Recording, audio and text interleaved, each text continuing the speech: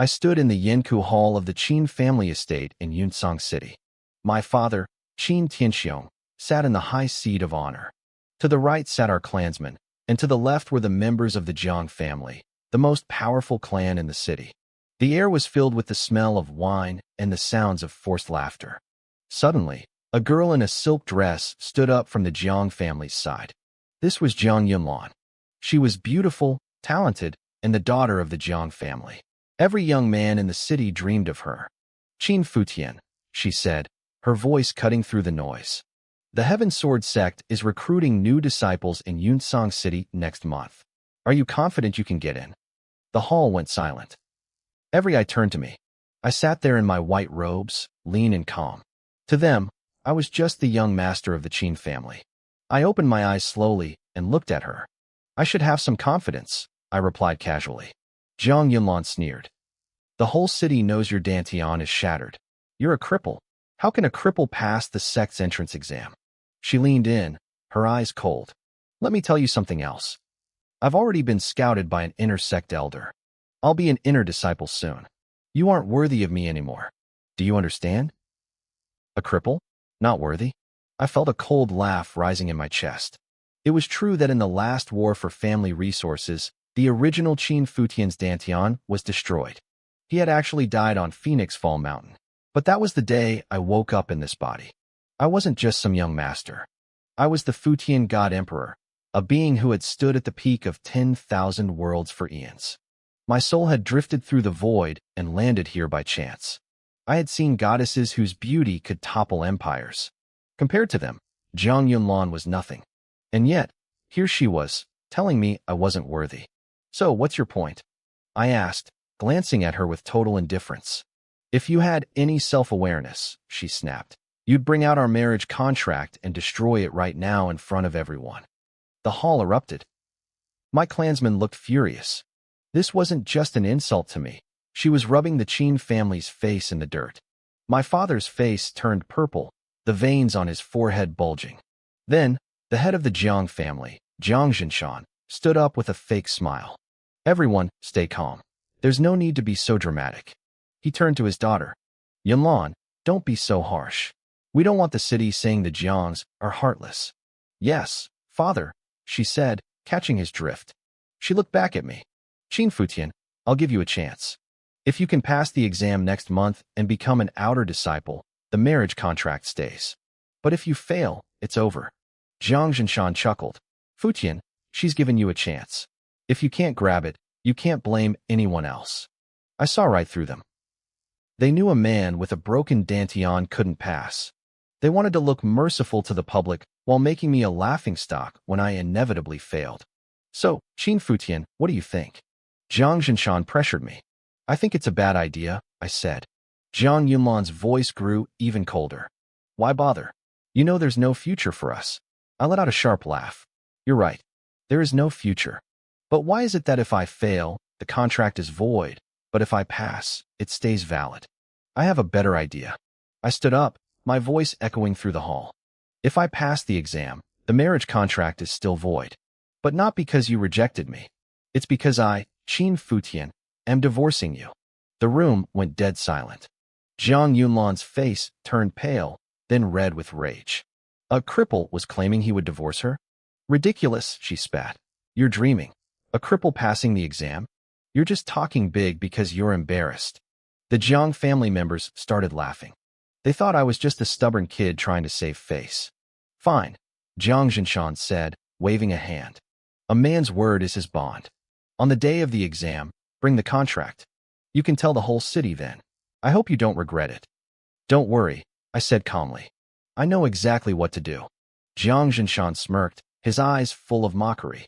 He clearly thought I was just young and arrogant. He didn't believe for a second that I could pass. To him, the outcome was already decided. Chief Qin, everyone, will take our leave, Jiang Zhinshan said, bowing slightly before walking out. I hope you keep your word, Jiang Yunlan added, tossing her hair like a proud swan as she followed him. Don't shrink away at the last second. As soon as they were gone, the hall exploded into noise again. My father slammed his hand onto the table, shattering the heavy wood into splinters. Qin Futian, kneel. he roared, his voice shaking the walls. He glared at me, his face contorted with rage. I narrowed my eyes and looked him straight in the face. Kneel? For what? For what? He sneered. If you hadn't become a useless cripple, would we be suffering this humiliation? Why should I kneel? I asked, my voice cold. I stared back at my father, Qin Tianxiong. I wasn't the weak boy he remembered. Zhang Yunlan didn't come here to break the engagement on a whim, I said with a sneer. I became a useless person because I chose to. Besides, the Jiang family brought this up while Jiang Zhinshan was standing right here. You didn't dare vent your anger on him then. So why are you taking it out on me now? Presumptuous. Qin Tianxiong roared, laughing from pure rage. You still dare to talk back? You are the young master. You should know that the family's interests come before everything else. A thin, middle-aged man with sunken, predatory eyes stepped forward. It was the seventh elder, Qin Tianqing. The patriarch is right, he hissed. Qin Futian has no sense of the big picture. He acts on impulse and brings shame to us all. In my opinion, we should strip him of his title as young master and cut off all his cultivation resources. A wave of agreement washed through the hall. I agree with the seventh elder, one cousin shouted. He's arrogant and has no respect for his elders. He doesn't deserve the title, another elder added. They looked at me like I was a piece of trash that needed to be swept away. I started to laugh. It was a sharp, bitter sound that cut through their shouting. If I remember correctly, I said, my voice rising, you were the ones who came to my door years ago, begging me to take the position of young master. Why? Because of my talent. For years, I fought your battles. I bled for the Qin name. I grabbed my left sleeve and ripped it upward, exposing a jagged, hideous scar that coiled around my shoulder like a centipede. When I was 11, at the Battle of Mount Donghua, I killed 3 geniuses from the Bai family to secure 3 iron mines for us. I almost lost this arm. I swept my hand across my chest, tearing my robe open. My torso was a map of violence, 18 distinct scars from when I held off a mob of bandits to save the family's trade caravan at 13. And last year, the fight for Shilling Maishan. I began listing every sacrifice. Even this time, at Phoenix Mountain, I didn't lose my Dantian for fun. I did it to snatch that earth-rank cultivation technique for the Qin family. I shook my head, feeling a deep sense of pity for the me that used to inhabit this body. He gave everything, only to be slaughtered like a dog once he was no longer useful. Enough, Qin Tianxiong shouted, his face turning a sickly shade of purple. He knew I was right, but he didn't care. You need to understand something, Qin Futian. If the Qin family hadn't taken you in from the Black Wind Mountains, you'd be dead. Your fame, your life, it all belongs to us. Making a few contributions is the least you could do. Exactly, Qin Tianqing added, his eyes cold. At the end of the day, you're just a stray dog we picked up. Now that you've lost your bite, you think you can bark at your masters. The air in the room suddenly froze. A terrifying aura erupted from my body, so heavy and oppressive that Qin Tianxiong and the others actually stumbled back, their mouths snapping shut. For a second, they saw something in my eyes that shouldn't belong to a mortal. A stray dog. I whispered, then shook my head. I had seen this coming. Ever since I was carried back with a shattered Dantian, their attitudes had shifted. They only kept me around because they hoped to use my marriage to the Jiang family to climb the social ladder. Now that the engagement was off, I had zero utility left to them. I looked at them with the eyes of a god emperor. To me, they were nothing but ants. I didn't need to waste my forbidden techniques on them yet. Once my strength returned, I would crush them under my heel. You want the title? I reached into my robes, pulled out the young master's jade command, and tossed it at Qin Tianxiong's feet. Take it. I never cared about it anyway. I turned my back on them and walked out. A summer insect can't imagine ice, and a frog in a well can't conceive of the ocean. If the Qin family had shown even a shred of loyalty, I would have granted them a fortune beyond their wildest dreams. But they didn't deserve it. Soon, they would realize exactly how stupid they had been. Outside, I took a deep breath of fresh air. Being a god emperor for so long had shielded me from the raw ugliness of human nature. This rebirth was showing me things more clearly than ever. I returned to my small, secluded house and sat down cross-legged. For the last few days, I had been focusing on stabilizing this broken body. It was a mess, shattered dantian, 6 broken meridians, and over a dozen fractured bones, not to mention the internal scarring from years of war. But today, the healing was finished. I was ready. I closed my eyes and sank into my consciousness. Deep within my dantian, a dark gold bronze cauldron began to shimmer. This was the Fortune Divine Furnace. I had found it in a forbidden zone in the God realm, and somehow, it had followed my soul to this world. Carved into the side of the furnace was a technique, the heaven-devouring fortune script. In my past life, I was already a god emperor when I found it. To practice this script, one had to start from zero and have a completely shattered dantian. I hadn't been willing to destroy my own cultivation back then. But now, this body was the perfect vessel. It was as if fate had planned this. I began to circulate the mantra. Boom. The air around me trembled. Spiritual energy from every direction began to swirl, forming a massive vortex with me at the center. My body became a bottomless pit, greedily drinking in the power at a terrifying speed. The suction was so intense it created a low, haunting whistle in the air. The speed was terrifying. This was just a low-level world. Back in the God realm, where the energy was thick, the speed would be unimaginable. It was no wonder this technique was called the heaven-devouring fortune script. It felt like it wanted to swallow the entire universe into that furnace. Even as a former God Emperor, I was stunned. Absorbing energy like this at the body refining stage defied all logic. But what happened next shocked me even more. The energy didn't flow toward my shattered dantian to repair it like I expected. Instead, every drop of power was sucked directly into the Fortune Divine Furnace. This went on for hours. I sat there, a human vortex, until finally, a single, crystal-clear droplet formed inside the furnace. I frowned. Hours of absorption and my cultivation hadn't budged. My body hadn't been nourished at all. All that energy had produced just one tiny drop of liquid. What was the point? Curious, I sent a thought to the furnace. The droplet floated out and instantly melted into my meridians. A massive surge of vitality exploded through my blood, rushing into my limbs, my organs, and my bones. I let out a soft groan. It felt incredible. It was like a wave of warmth washing over me, followed by a numbing, tingling sensation. In less than 15 minutes, my lingering injuries were gone. Not just the recent ones, either. Old scars and hidden ailments from years of fighting were wiped clean. But that was just the beginning. Suddenly, a tearing pain ripped through me. The liquid turned violent. It began systematically destroying my blood vessels, my bones, and my organs. Then, it rebuilt them. Destroy, rebuild. Destroy, rebuild. My body was undergoing a brutal, total transformation. By the time the process stopped, the sun had set. It was dark outside.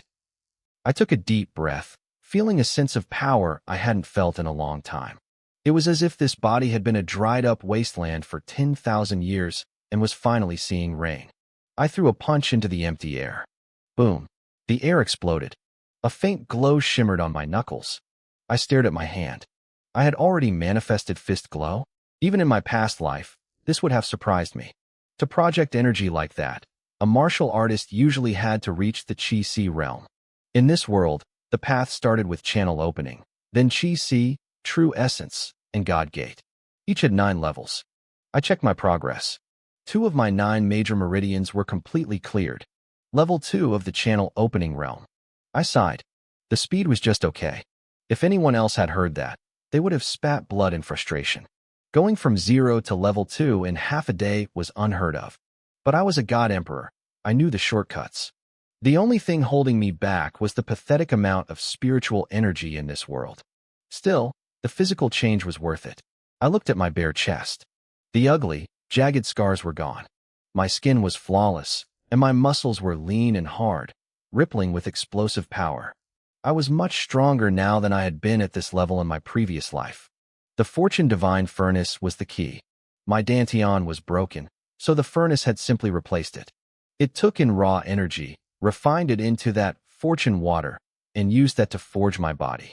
It was dozens of times more effective than normal cultivation. If 1 drop did this, what would 2 drops do? A creak interrupted my thoughts. The courtyard door opened. I quickly pulled on my shirt. Young master, how are you feeling today? It was Xiao Yao. Her full name was Qin Qingyao. She had been my maid for years. She walked in and lit the oil lamp, her brow furrowed with worry when she saw me sitting up. "You should be resting," she scolded gently. "Don't get up unless you have to." Since my dantian was destroyed, everyone who used to flatter me had turned their backs. Only Xiao Yao stayed. She took care of everything without a single complaint. In my past life, I was a martial arts nut. I climbed to the top of the world but ignored the people around me. This time, through the memories of this body, I was learning what it felt like to actually be cared for. "Eat your dinner first," she said, opening a food box. I got this from the kitchen. It was a feast compared to what we usually had: stir-fried pork, braised fish, greens, and lotus seed soup. She also pulled out a new white robe. It was made of fine silk with delicate gold stitching on the cuffs and collar. "I haven't seen you in new clothes for a long time," she whispered. "I made this myself. Try it on after you eat." I looked at her. "Sit down. Let's eat together." "Oh no, young master," she said, patting her stomach and forcing a smile. "I already ate. I'm stuffed." "You think I don't know?" I asked quietly. "You've been eating plain steamed buns from the kitchen every day. You've been working extra jobs just to save money for my medicine and this food." Xiao Yao's face turned bright red. "Young master, you already knew?" Xiao Yao asked, her voice barely a whisper. "Of course I did," I said. I walked over and took her hand in mine. It should have been the soft, delicate hand of a young girl. Instead, it was covered in rough calluses and cracks. To pay for my medicine, she worked herself to the bone at the Spirit Pill Pavilion all day. Then she stayed up all night sewing my clothes. She thought I didn't notice, but I had seen her many times, hunched over an oil lamp, her fingers trembling with exhaustion. I'd seen the needle prick her skin, making her flinch and grit her teeth in pain. She never made a sound. She was terrified of waking me up. "Xiao Yao, I'm a cripple now," I said quietly. "I'm not the young master of the Qin family anymore. Why do you keep suffering for me?" "I don't care," she said stubbornly. "No matter what happens to you, I will always stay by your side. I will serve you forever." I nodded slowly and didn't say another word. But deep inside, a vow took root. Since she refused to leave me, I would give her a destiny beyond her wildest dreams. The next morning, the sky was just beginning to turn gray. I stood in the courtyard, feeling the surge of power in my veins. After a night of cultivation, I had broken through again. I was now at the third level of the pulse-opening realm. It had taken one drop of creation water to reach the second level. To reach the third, it took 2 drops. The spiritual energy in this world was far too thin. The creation furnace had spent all night absorbing energy just to condense those 2 drops. It seemed the furnace had drained the immediate area dry, slowing down the process. I needed a way to get more drops. I wondered if the furnace could melt down treasures or herbs directly into creation water. I glanced at the room next door. Xiao Yao's room was empty. The girl had already left for work. I sighed softly, touched by her dedication.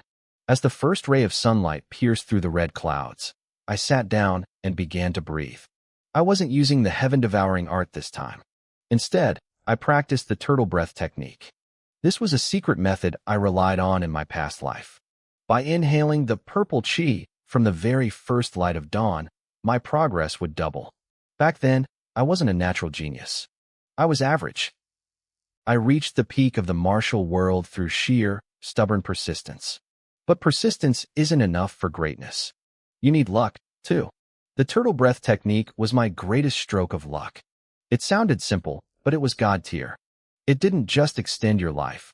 It silently reshaped your body and improved your hidden talent.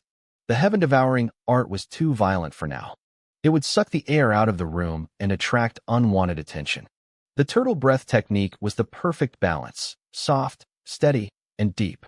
While I practiced, Xiao Yao arrived at the Spirit Pill Pavilion. It was a freezing autumn morning. Frost coated the cobblestone streets. She walked fast to keep her blood moving, but her nose and ears were still stinging from the cold. Inside the pavilion, she stopped in front of a glass display case. Her eyes lingered on a spirit accumulation pill. My broken dantian needed help, and she believed this pill was the answer. But it cost 100 silver taels. She bit her lip. She had saved 70 taels so far. She was still 30 short. She already had 3 jobs, but at this rate, It would take another 6 months to save enough. She hurried to the alchemy rooms. Her morning task was to scrub the furnaces, tables, and tools before the alchemists arrived. Those men had terrible tempers. If they found a single speck of dust, they would scream. Xiao Yao didn't mind the yelling. She just couldn't afford to lose the job. 2 hours later, after the rooms were spotless, a supervisor called the workers together. Master Wu needs a furnace tender for his next batch, the supervisor announced. Who wants to sign up? The other workers immediately looked away. It was a nightmare job. You had to manage the fires for the apprentices, the heat was unbearable, and the hours went from midnight until dawn. Worse, Master Wu's apprentice, Su Yong, was a known bully. If the fire wasn't perfect, he'd slap you or kick you just for the fun of it. The pay is 3 silver taels a month, the supervisor added. That was double the normal rate. I'll do it, Xiao Yao said. Are you crazy? A girl next to her whispered. You already have 3 jobs. You'll kill yourself. The supervisor frowned. Xiao Yao, you're already spread thin. Can you actually handle this? I can, she said firmly. I won't sleep if I have to. I'll get the work done. In her head, she was doing the math. 3 extra taels meant she could buy my pill months sooner. She didn't stop to think if a basic pill could actually fix a destroyed Dantian. She just wanted to try. Fine, the supervisor said. You're a hard worker.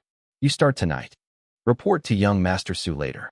That afternoon, after finishing her first shift, Xiao Yao hurried back to the Qin estate. She had to prepare my dinner before starting her new night job. She ran into the kitchen and greeted the cook with a tired but bright smile. The kitchen cook was a kind man. He greeted Xiao Yao with a warm smile, just like he did every day. She scanned the counter. Her eyes landed on the usual spread. There were 3 plain steamed buns, 2 side dishes, a bowl of soup, and a portion of white rice. The rice and dishes were for me. The 3 buns were all she would eat for the entire day. Uncle Lu, what kind of meat is that? Xiao Yao asked. She noticed a dish with a rich, savory aroma that smelled incredibly nourishing. That's snow-patterned tiger meat, the cook replied with a grin. It's reserved for the clan head and the elders. Xiao Yao leaned in. It must be expensive, right? Of course, Uncle Lu said. A single ounce costs 5 silver taels. Normal people can't afford it. It's powerful medicine. It helps with cultivation and can even repair a warrior's internal injuries. Xiao Yao's eyes lit up at the word repair. Uncle Lu, could I buy a portion?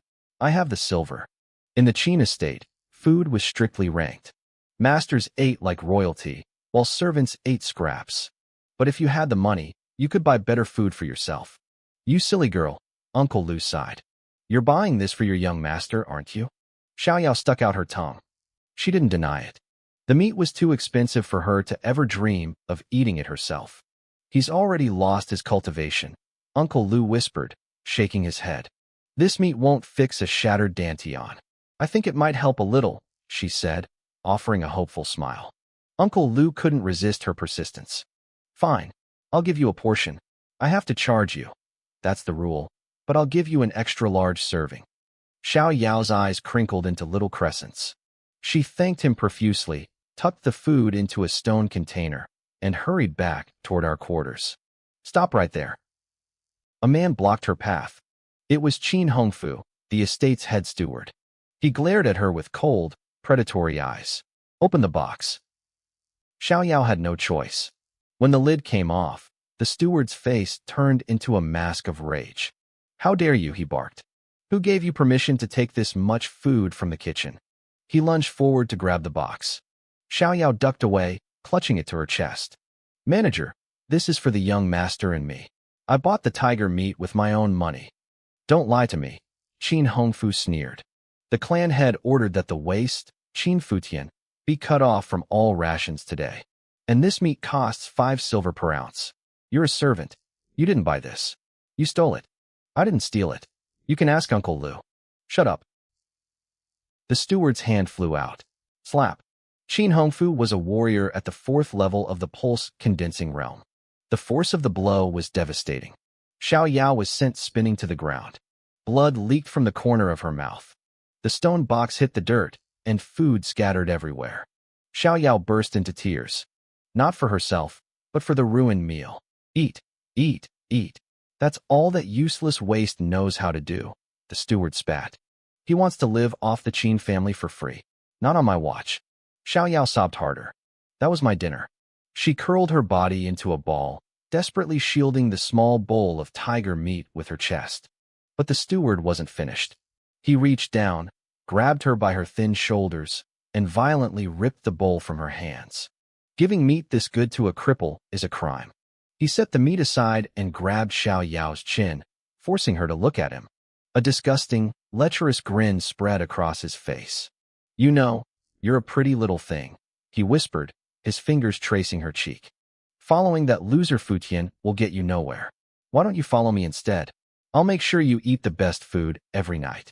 Xiao Yao felt a wave of pure revulsion. She hated him for what he said, and she hated him for destroying my meal. She gathered every bit of strength she had and spat a mouthful of bloody phlegm right into his face. The steward froze. Then, he exploded. You little bitch. I'll teach you your place. He began to rain blows down on her. Slap, slap, slap. He didn't stop until her face was swollen and bruised. Finally, he delivered a brutal kick to her ribs. Xiao Yao flew through the air and slammed into the dirt. She curled up, gasping for air as blood stained the ground beneath her. That was the moment I turned the corner. I saw her lying there. I saw him standing over her. In that heartbeat, a terrifying, cold, killing intent erupted from deep within my soul. A crowd had gathered to watch the drama. Most of them were just enjoying the show. On one side was the powerful head steward. On the other, a lowly servant girl. No one was going to speak up for her. Suddenly, Qin Hongfu shivered. A chill ran down his spine like a blade of ice. He spun around and saw me walking toward him. My eyes were void of any emotion. For a second, his face went pale. He remembered the old me. He remembered the young master who was a genius, the one who was ruthless on the battlefield. Young master, he stammered. But then he caught himself. He remembered I was a waste now. My cultivation was gone. I had been stripped of my title. He straightened his back, his fear turning into a mocking smirk. I ignored him. I walked straight to Xiao Yao and knelt down to help her up. Xiao Yao, I said softly, you've suffered because of me. Hearing my voice, she broke down.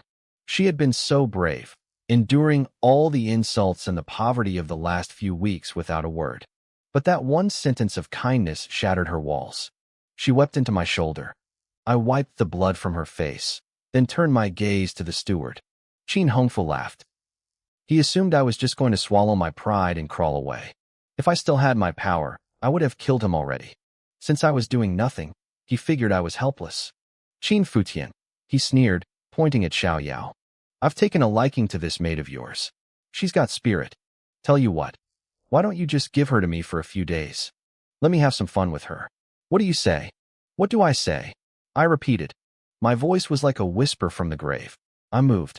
I was so fast I left an afterimage in the air. Before the steward could even blink, I was in his space. My fist lashed out, aiming straight for his chest. Crunch. Flesh and bone exploded. My fist tore through his ribs and came out the other side. A hole the size of a grapefruit appeared in his chest. The steward's eyes bulged. He tried to speak, but only a torrent of dark blood poured from his mouth. He collapsed backward, hitting the ground with a heavy thud. The silence that followed was deafening. The crowd stood frozen, their hearts racing in terror. I had killed the head steward. One punch. One kill. Wasn't I supposed to be a waste?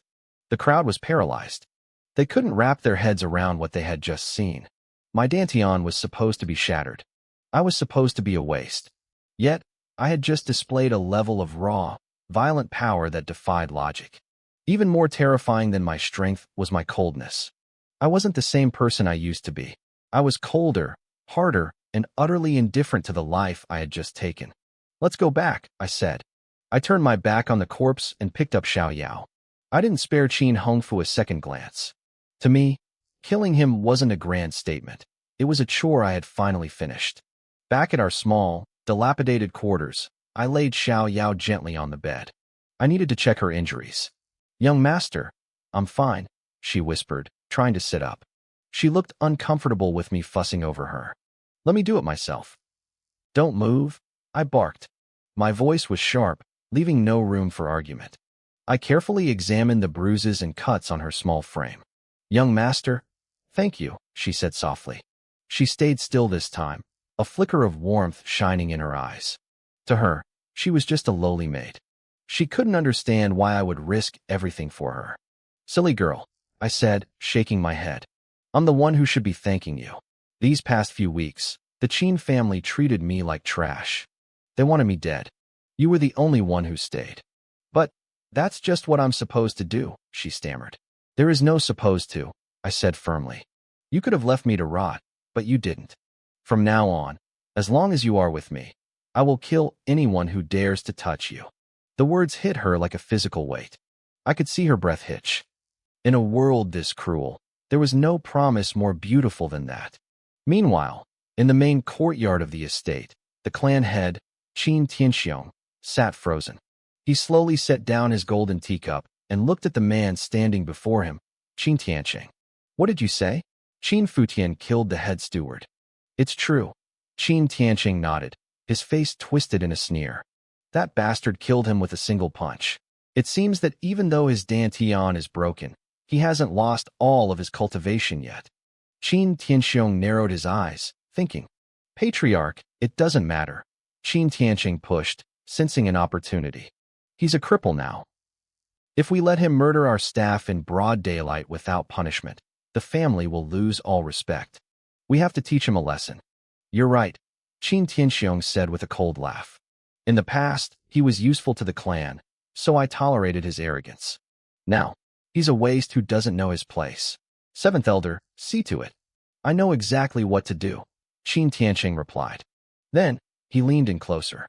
On another note, regarding the new young master position, I heard your son, Qin's son, has reached the 9th level of the pulse condensation realm. He's even mastered the 5th strike of the butterfly wave sword. Qin Tianxiong looked at him and smiled. Your son's talent is barely below what Futian's used to be. He's a good seed. I think the position of young master belongs to Qin's son. Qin Tianxiong bowed, hiding his grin. He had always hated me because I overshadowed his son. Now that I was broken, it was time for Qin's son to shine. And what better way to secure his son's future than by using this lesson to eliminate me entirely? He hurried back to his own quarters and summoned his son. Son, I assume you've heard about Qin Futian killing the steward? I have, father, Qin's son replied, his voice full of arrogance. Good. I want you to go and kill him. Make sure everyone in Yunsong City knows about it. Qin Sen's eyes lit up. He knew exactly what his father was doing.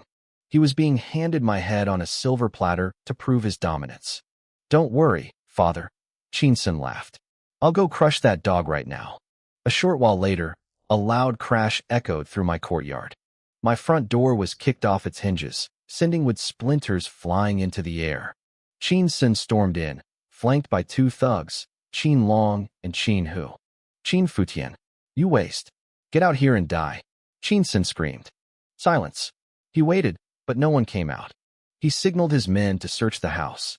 They tore the place apart, flipping tables and throwing blankets, but the rooms were empty. Brother, the waste isn't here, Qin Long reported.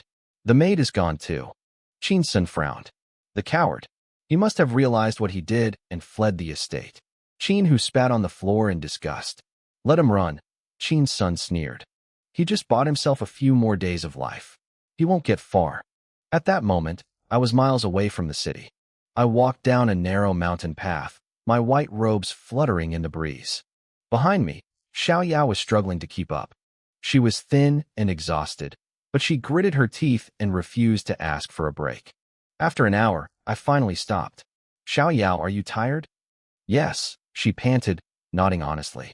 I had maintained a pace that was just at the limit of her endurance, hard enough to challenge her, but not so fast that she'd collapse. Good, I said. If you want to walk the path of a warrior, you have to embrace suffering. There are no shortcuts. I understand, she said, her gaze hardening with resolve. I liked her spirit. Her talent was bottom of the barrel, but that didn't matter to me. To the world, talent is everything. To me, the man who once stood at the pinnacle of the god realm, talent is something I can fix. Character, however, cannot be taught. Young master, she asked hopefully, has your power returned? A little, I replied. It was a massive understatement. Compared to my former glory, Being at the third level of the pulse condensation realm was like being an ant. But I had to start somewhere.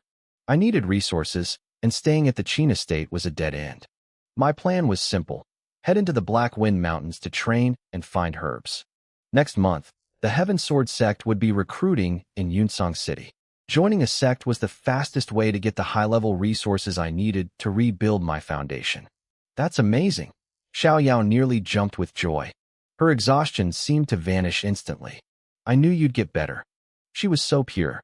She was happier about my recovery than her own safety. We pushed deeper into the mountains. I wasn't just here for myself. I needed specific medicinal plants to help Xiao Yao begin her own cultivation. Eventually, we reached a dense thicket. I signaled for her to stay low. A few yards ahead, a fire-haired pig was napping on a flat stone. It was the size of a small bull, covered in coarse red bristles, its muscles rippling even in sleep. Without a word, I lunged. I moved like an arrow released from a bow, closing the gap before the beast could even open its eyes. The beast sensed the danger far too late. It snapped its eyes open just as my fist descended toward its skull.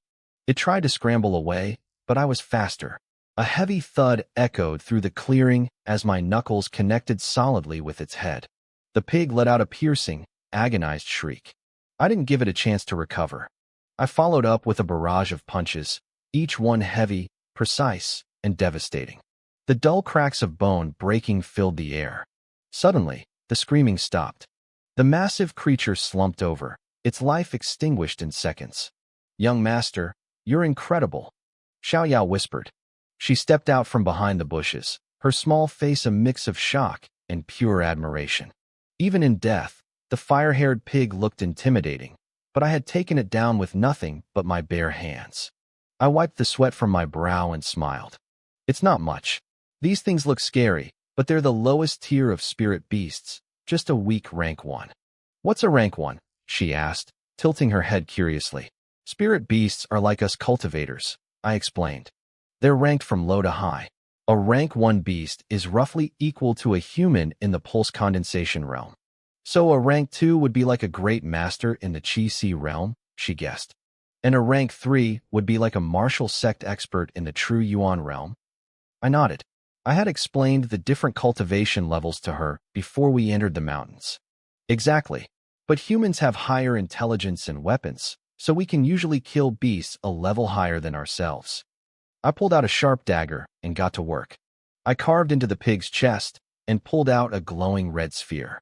It was the beast's core, also known as an inner Dan. I wanted to see if my creation divine cauldron could process this directly. I activated the creation heaven-devouring technique. The core in my palm began to dissolve at a visible rate. In less than a minute, it broke down into countless red sparks and vanished. I felt a surge of rich, raw energy flood my body, all of it getting sucked into the cauldron.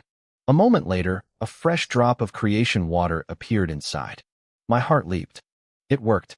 Not only did it work, but refining a core was much faster and more efficient than just absorbing thin air.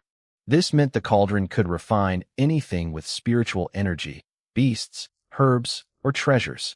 "Let's go find some spirit herbs," I said. I wanted to test my theory one more time. "Wait, we're just leaving the pig." Xiao Yao looked at the carcass, her heart clearly aching at the waist. A beast this size would sell for so much silver in the city. Even in the Qin estate, we rarely got to eat meat like this. I laughed and shook my head. "Forget it. This meat tastes sour and tough. Later, I'll kill something that actually tastes good for us." Meanwhile, back at the Qin estate in Yunsong City, the news of my departure reached the ears of the clan head, Qin Tianxiu. He frowned, his eyes narrowing. "He's gone?" he asked. "Yes, Patriarch," Qin's son replied, stepping forward. "I went to his quarters today and found it empty. The maid is gone too. Witnesses say they saw him heading toward the Black Wind Mountains." Qin Tianxiu's frown deepened. A cripple who killed a steward with one punch, now heading into the mountains. Is it possible his Dantian wasn't actually destroyed? "Impossible," Qin Tianxing interjected, shaking his head dismissively. "We all felt his shattered Dantian ourselves. He's likely just using the last of his fading strength for one final, desperate gamble. He thinks he can find a miracle herb in those mountains to fix himself, but those only grow in the deepest, deadliest parts. He's walking to his death. Qin Tianxiong nodded, but the unease didn't leave his face. Even so, that boy gives me a bad feeling. I don't like loose ends. Qin Tianxiong let out a cold laugh and made a throat-slitting gesture. You want him handled? Qin's son immediately stepped up. Patriarch, let me do it. I'll make sure he never comes back. No, Sinner, Qin Tianxiong countered. The Heaven Sword sect is coming to recruit soon. You stay here and focus on your training. You are the young master of this clan now. Your success is our priority. Then who will kill him? Qin Sin asked. I'll do it myself, Qin Tianxiong said with a chilling smile. I'm heading into the mountains anyway to find some herbs for your breakthrough. Killing a waste like Qin Futian will just be a minor detour. 6 days passed. Deep within the Black Wind Mountains, specifically at Falling Phoenix Peak, I paused to look around. A wave of bitter memory hit me. This was the exact spot where I had fought for the Qin family's interests, where my dantian had been shattered, and where the original Qin Futian had died. He had given everything for that family. And in return, his fiancée had abandoned him, and his kin had treated him like trash. I carried the soul of a god emperor now, but I could still feel the echoes of his pain. It was pathetic and tragic. But I promised him one thing. Every insult and every betrayal would soon be paid back in blood. Over those 6 days, Xiao Yao and I were busy. We hunted 3 more spirit beasts and gathered 13 different herbs. I found a natural stone cave and decided it was time to break through. Guard the entrance, I told Xiao Yao. I sat cross-legged and began the refinement. The herbs dissolved in my palms one by one. In less than 15 minutes, all 13 plants were gone. Inside my cauldron, 11 new drops of creation water shimmered. My path back to the top was finally beginning. Some of the herbs I gathered were low-grade. Strictly speaking, they weren't even true spirit herbs. I calculated the conversion in my head. One first-order spirit herb was roughly equal to the core of a first-order spirit beast. Each would refine into exactly 1 drop of creation water. I didn't waste any time. I began refining the beast cores I had collected. The 3 cores dissolved quickly, adding 3 more drops to the cauldron. Including the drop from the fire-haired boar I killed earlier, I now had 15 drops of creation water shimmering in my sea of consciousness. It was enough. With a single thought, I began to draw the energy out. The translucent drops floated from the cauldron and merged into my flesh. I felt my body undergo a rapid, violent transformation. My aura surged. In less than an hour, the 4th meridian in my body snapped open. I had reached the 4th level of the pulse-opening realm. I checked the cauldron again. 11 drops remained. Moving from the 3rd to the 4th level had cost me 4 drops. I started doing the math. To get from the 1st to the 2nd level, I only needed 1 drop. From the 2nd to the 3rd, it took 2. Now, it had taken 4. It seemed the cost doubled with every level I climbed. To test my theory, I pushed harder. I spent another hour submerged in meditation. My breathing shifted, becoming heavy and rhythmic. Suddenly, a 5th meridian tore open. 5th level of the pulse-opening realm. I exhaled a long breath and opened my eyes. I looked inside the cauldron. Only 3 drops were left. My guess was right. Breaking through to the 5th level had consumed 8 drops. The speed was terrifying. As long as I had enough resources, my body could evolve indefinitely. This was miles ahead of any normal cultivation method. I stood up and began to move. I started practicing a technique from my past life called Xingyi Quan, specifically the 5 elements fist. It was a style I had mastered long ago, perfect for the pulse-opening realm because it boosted both combat power and internal cultivation. I threw a punch. Boom. A faint red glow flickered on my knuckles. The air itself seemed to explode with a dull roar. That was the cannon fist, the fire element strike of the set. The 5 elements fist combined metal, wood, water, fire, and earth. The cannon fist was pure fire, aggressive, explosive, and capable of devastating destruction in a single heartbeat. I unleashed a barrage of strikes, ending with a heavy blow against a massive boulder in the cave. Crack! The stone shattered into fragments with a deafening bang. I stared at my hands. The creation water had tempered my body into something monstrous. My spiritual energy was incredibly pure. Even in my past life as a god emperor, My strength at this level couldn't compare to what I felt now. I was only at the 5th level, yet I could already project my energy outward, a feat usually reserved for the Great Master realm. A normal 6th or 7th level warrior wouldn't stand a chance against a single punch. I was already approaching the peak strength of my original body before it was broken. Back then, I was at the 9th level. Now, at only the 5th, the gap in raw power was almost gone. If I factored in my combat experience and secret techniques, I was already stronger than I had ever been. I took a deep breath to steady my racing pulse. I only had 3 drops left. To keep growing, I needed better materials. First-order herbs and cores weren't enough anymore. I needed second-order resources. A single second-order core contained 10 times the energy of a first-order one. It would yield at least 10 drops of creation water at once. I walked out of the stone cave. Xiao Yao was nearby, standing by a small stream. She had already cleaned some spirit deer meat and was roasting it over a campfire. The meat was turning a beautiful golden brown, and the savory aroma filled the air. Having Xiao Yao with me was a blessing. She was incredibly skilled. Over the last few days, she had kept me fed with roasted deer, spirit chicken, and steamed silver needle fish. "Young master, you're out," she said, her face lighting up. "Are you hungry? The roast deer is almost ready." She was busy tending the fire.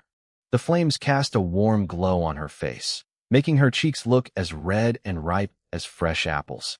Her eyes sparkled like water. It was hard not to feel a sense of protective warmth looking at her. I sat down on a nearby flat stone. When the meat was done, I took it and sliced it up. I pulled out some seasonings I had gathered in the mountains, ground rock salt and various wild herbs, and sprinkled them over the meat. We began to eat, enjoying the quiet moment. But the silence didn't last. A group of men emerged from the trees. They wore tattered leather armor and carried bows and swords. They were filthy and disheveled, clearly a hunting party that had been in the mountains for weeks. They spotted us immediately.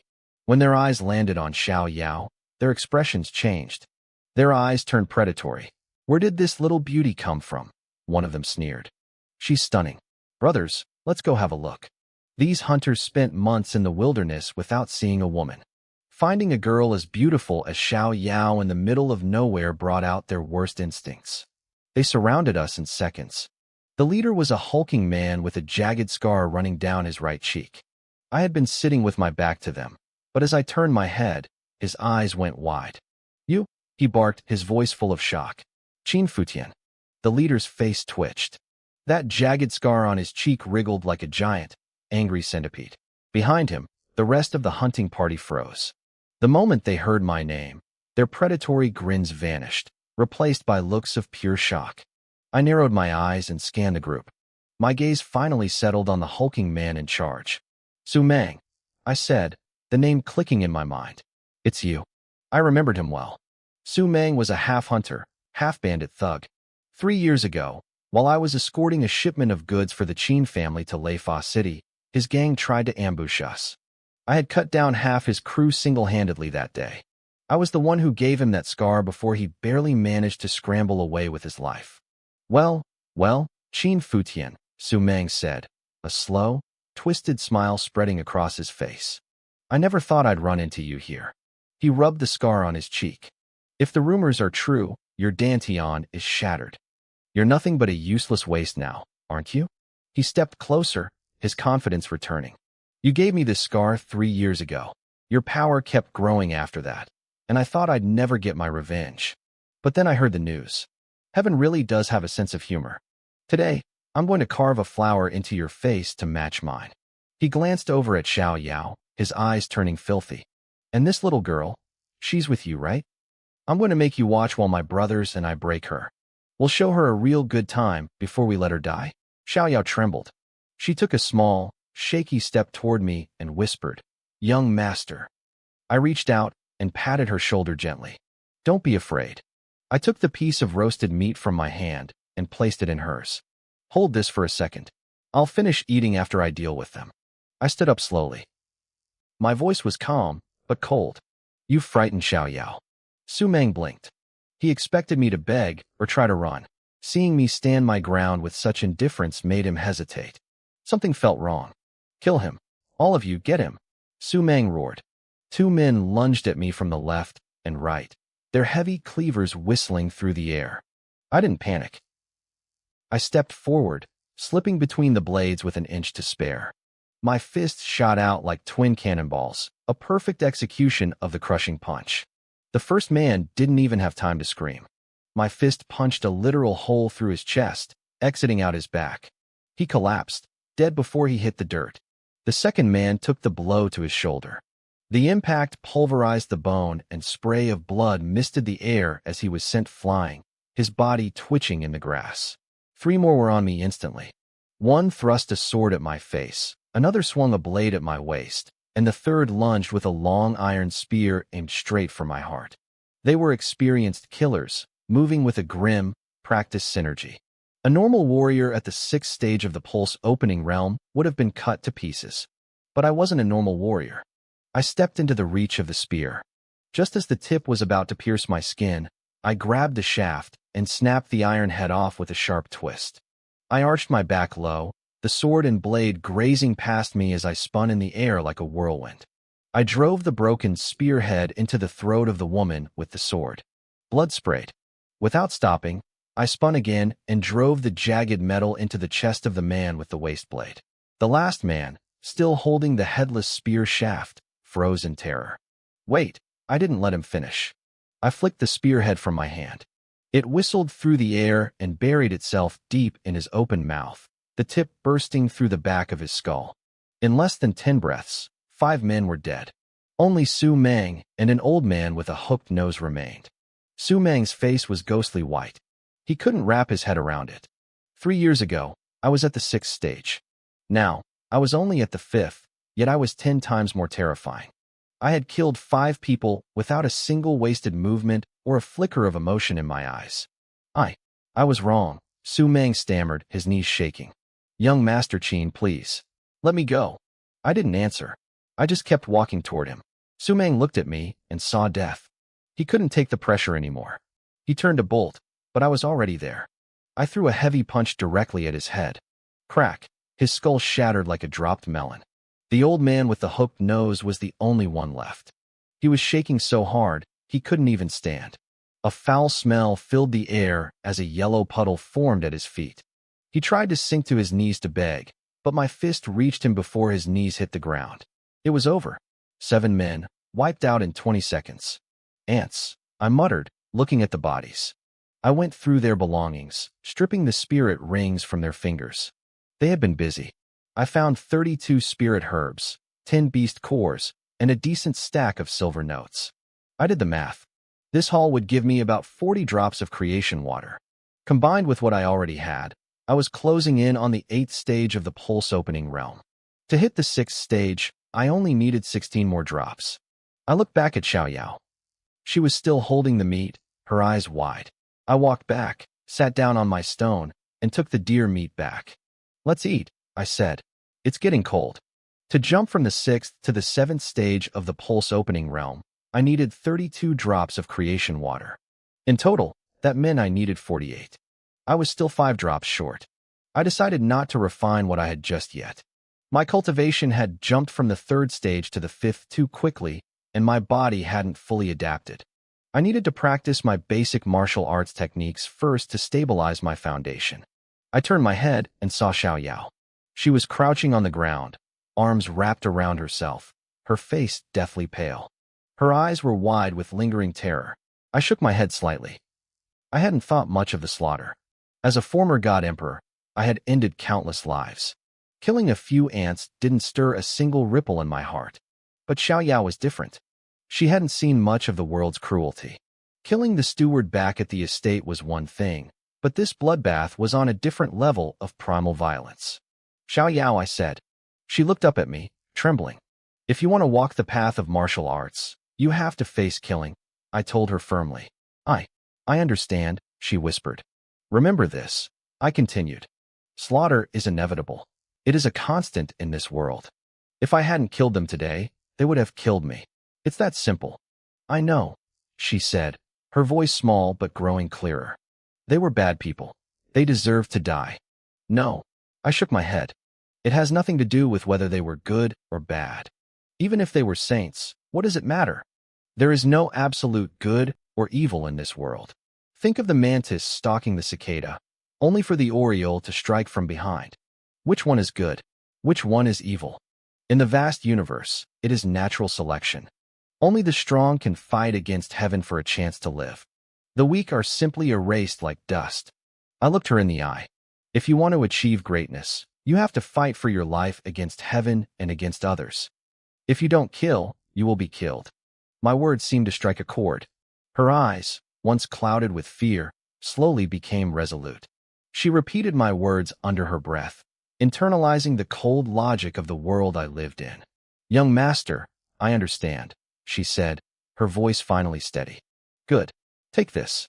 I pulled one of the spirit rings I'd looted, the one belonging to the woman with the sword, and handed it to her. "Prick your finger and claim it with your blood." She took the ring and slid it onto her finger. It fit perfectly. I then handed her a stalk of dark blue grass I'd found. "Eat this now." She didn't hesitate. She swallowed the herb immediately. "Now, start your cultivation." Under my guidance, Xiaoyao began to meditate. I had searched through my memories of the God realm to find the perfect technique for her. I chose the True Spirit Profound Water Manual. It was a supreme secret method that suited her constitution perfectly. As she sat cross-legged, I placed my hand on the crown of her head. I began the empowerment rite. I channeled the surrounding spiritual energy, forming a vortex, and guided a pure thread of that power directly into her body. She felt the energy enter and immediately began circulating it toward her dantian. Most people in this world would never dream of such a thing. Even the greatest martial saints might not know the secrets of the empowerment rite. It was a divine shortcut, turning the impossible into the routine. I sat beside her as she practiced. Without realizing it, I entered a strange, meditative state myself. My breathing slowed, falling into a specific, rhythmic pattern that synchronized with the world around me. It was the turtle breath technique. Paired with my heaven-devouring creation art, the two techniques complemented each other perfectly. 3 days passed in the blink of an eye. Xiaoyao finally stopped. She exhaled a long breath of turbid air and opened her eyes. They were brighter and clearer than they had been 3 days ago. I opened my eyes too and looked at her. She was transformed. Stepping into the path of martial arts is the most important metamorphosis a living being can undergo. Without spiritual energy, you are just flesh and bone. With it, you possess a spark of divinity. The exhaustion and haggard look from her years of hard labor were gone. Her skin glowed, and her spirit was full. With her features refined by the True Spirit Profound Water Manual, she was now so beautiful she could rival Jiang Yunlan, the so-called first goddess of our city. "How do you feel?" I asked. "I feel amazing, young master," she cried out, clenching her small fists. "I feel like I have endless strength." "Thank you." She was beaming. In this world, only 1 in a million commoners ever got the chance to become a practitioner. Born into poverty and sold as a maid, she had never dared to dream of this. Now, she was a true martial student in the pulse-opening realm. It felt like a dream to her, and I could see the devotion in her eyes. She belonged to me now, heart and soul. "Young master, you've recovered your strength and you're so powerful now," she said with a look of pure worship. "The Qin family will regret everything when they find out. And Jiang Yunlan, breaking her engagement with you was her biggest mistake. No woman in this world is worthy of you." I just smiled and said nothing. Men like Qin Tianxiong were short-sighted and heartless. They would pay their debt in due time. To me, they were just insects. "Young master, the Heaven Sword sect is recruiting new disciples soon," Xiaoyao reminded me. "Are we going back to Yinsong City?" "Not yet," I replied. "We still have a few days. I need to find more medicinal herbs. And if I can find the core of a second-grade spirit beast, that would be even better." I still needed more resources to reach the 7th stage. Plus, I wanted to find the ingredients for a jade spirit pill for Xiaoyao. It wasn't a high-level pill in the God realm, but here, it was unheard of. It could temper spiritual power and improve a person's natural talent. Refining it would be difficult, even with common ingredients. The process was incredibly complex, requiring absolute precision. But for her, it would be worth the effort. I planned to refine the Jade Spirit pill myself once I gathered all the necessary ingredients. However, getting my hands on a second-grade Spirit Beast core meant I had to venture much deeper into the Black Wind Mountains. While I was moving deeper, a figure appeared at the edge of the mountains near Yinsong City. It was Qin Tianqing, the seventh elder of the Qin family. He looked furious, his eyes scanning the dense tree-line. He had been tracking my movements and confirmed that I had entered the mountains with Xiao Yao days ago. He had spent that time searching the outer perimeter, but he found absolutely nothing. Did that little animal actually go deeper? Qin Tianqing muttered, staring toward the heart of the mountain range where the ancient trees grew thick and the roars of powerful beasts echoed through the air. He frowned. He didn't want to go in there.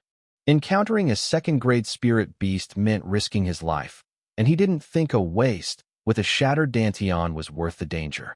I'll just wait here at the entrance, he decided, finding a massive tree and leaping onto a high branch. If that brat manages to come out alive, I'll slaughter him myself. Deep in the forest, Xiao Yao was watching me work with a look of confusion and slight disgust.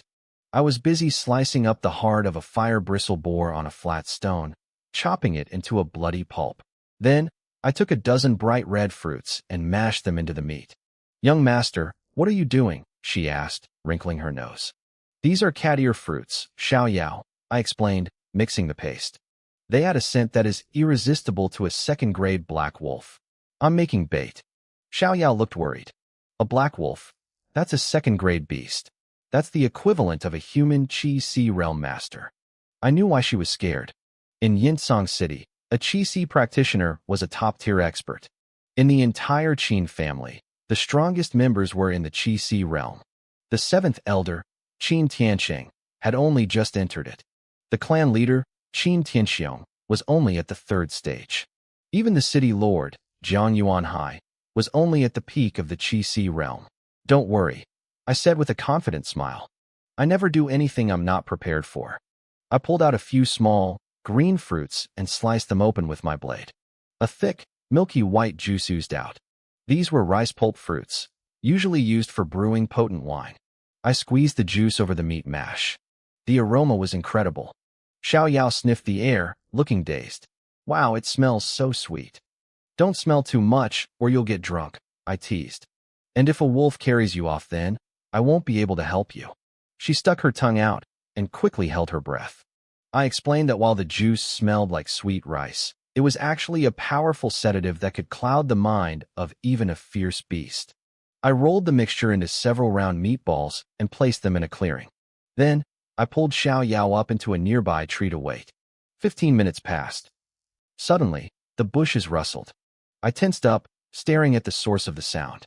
Two glowing blue eyes emerged from the shadows. The bait was working. The black wolf was cautious. It stayed in the brush for another quarter of an hour, its nose twitching as it sampled the air. Finally, it stepped out. It was jet black, looking like it had been dipped in ink, and it radiated a violent, predatory aura. It circled the meatballs, growling low as saliva dripped from its jaws. Xiao Yao gripped her hem, her knuckles white. We waited for it to bite, but the wolf suddenly turned around and vanished back into the woods. "Did we fail?" Xiao Yao whispered, her face falling. I signaled for her to be quiet. We waited another half hour. Finally, the wolf returned. This time, it didn't hesitate. It snapped up a meatball and chewed with obvious delight. It finished every single one and let out a satisfied grunt, swaying slightly as it turned to leave. That was my signal. I dropped from the tree like a stone, my sword aimed straight for the wolf's spine. The beast was fast. Even drugged, its instincts were sharp. It lunged forward just as I landed, causing my blade to strike empty air. I hit the ground and rolled. It was quick, definitely one of the faster ones in its pack. The black wolf turned to face me. It sniffed the air, sensing my cultivation level. These low-level beasts don't understand human ranks, but they can sense power levels through instinct. To this wolf, I smelled weak. It looked at me with what almost seemed like a sneer of contempt. In the next heartbeat, it kicked off the ground like a black whirlwind, claws extended. I threw myself to the side, narrowly dodging its reach. It lunged again and again, its movements a blur of fur and teeth, but I stayed focused, waiting for the toxin in its blood to do its work. On the wolf's fifth charge, I stopped running. The beast lunged, its massive body flying through the air toward me. From her perch in the tree, Xiao Yao let out a scream and squeezed her eyes shut. She thought it was over. But in that split second, I dropped flat onto my back. As the wolf soared over me, I thrust my sword upward with everything I had. The blade sank deep into its throat. I didn't stop there. I pulled the sword along its underside, carving a foot-long gash from its neck down to its belly. Blood sprayed across my face. A second later, the wolf hit the ground, and its internal organs spilled out onto the grass. The creature didn't die immediately. It struggled to its feet, legs shaking violently, letting out a mixture of low growls and pained whimpers. It bared its teeth at me, a final, desperate warning. I wasn't in a rush. I circled the beast, watching it carefully. This was a rank 2 spirit beast. Even a dying one could kill me if I got careless. After a dozen circles, the wolf's legs finally gave out. It collapsed, its eyes growing glassy and distant. It started making strange, high-pitched noises. I knew the toxin from the berries had finally taken full control of its brain. I stepped forward and drove my sword through its skull. One strike. Silence. Xiao Yao slid down from the tree, gasping for air as if she had been the one fighting. "Young master, that was too close," she said, her voice trembling. I gave her a small smile. It looked dangerous, but I had been in total control. Even without the drugged meat, I could have killed it. It just would have cost me more energy. I knelt by the carcass and cut out the beast core. It was dense and glowing with power. A rank 2 core held significantly more spiritual energy than anything I'd found so far. I could feel it. This single core could produce far more than 10 drops of creation water. It was time to break through again. I needed to reach the 7th layer of the pulse opening realm. We retreated to a hidden stone cave. My previous session had taken me from the 3rd to the 5th layer. After a few days of letting that power settle and using my breathing techniques to harden my foundation, I was ready to push further. I sat cross-legged and activated the creation heaven-devouring technique. Deep in my dantian, the creation divine furnace began to glow with a heavenly light. One by one, I tossed in the spirit herbs and the beast cores I had gathered. Refining the rank 2 core took much longer than the others, nearly 2 hours of intense focus. But the payoff was worth it. That single wolf core yielded 13 drops of creation water. Combined with the other herbs and cores, I gained 42 more drops. Added to what I already had, I now possessed 58 drops of pure, golden liquid. This should be enough, I whispered to myself. I released the water. It flooded my meridians, soaking into my limbs and bones. My spiritual energy began to transform, becoming thicker and more refined. I directed the flow toward my 6th meridian. The process was brutal. My body had reached the 9th layer in the past, but the injuries I'd suffered at Luofeng Mountain had been catastrophic. Without energy to keep them open, my meridians had clogged with impurities and dead knots. Recultivating was actually harder the second time around. But the creation water was relentless. Where a meridian was blocked, the water simply destroyed it and forced it to regrow. The new pathways were wider, stronger, and more resilient. It felt like my bones were being crushed and my flesh was being rewoven. It was a literal baptism by fire. 2 days passed in that cave. When I finally opened my eyes, I had jumped from the 5th layer straight to the 7th layer of the pulse opening realm. I exhaled a long breath, feeling the tension leave my body. I could feel the blood rushing through me like a crashing tide. Every inch of my muscle and bone felt packed with explosive power. I was only at the 7th layer, but I knew I was stronger now than I had ever been at the 9th. Even a warrior at the sea transformation realm wouldn't be able to handle a single punch from me. I walked to the mouth of the cave and faced the stone cliff. I threw a punch. Boom. A flash of fire erupted from my knuckles. The sound echoed through the woods as my fist sank deep into the rock. Cracks spiderwebbed out from the impact point for several feet. The power was more concentrated, the flames more vivid. The creation divine furnace was even more incredible than I had imagined. Without it, even with my memories as a god emperor, I never could have progressed this fast. "Young master," Xiao Yao ran over, looking at the hole in the cliff with wide eyes. I noticed her aura was steadier too. She hadn't been lazy while I was training. Did you break through again? I nodded. A small improvement. Are we going back to Yunsong City now? She asked eagerly.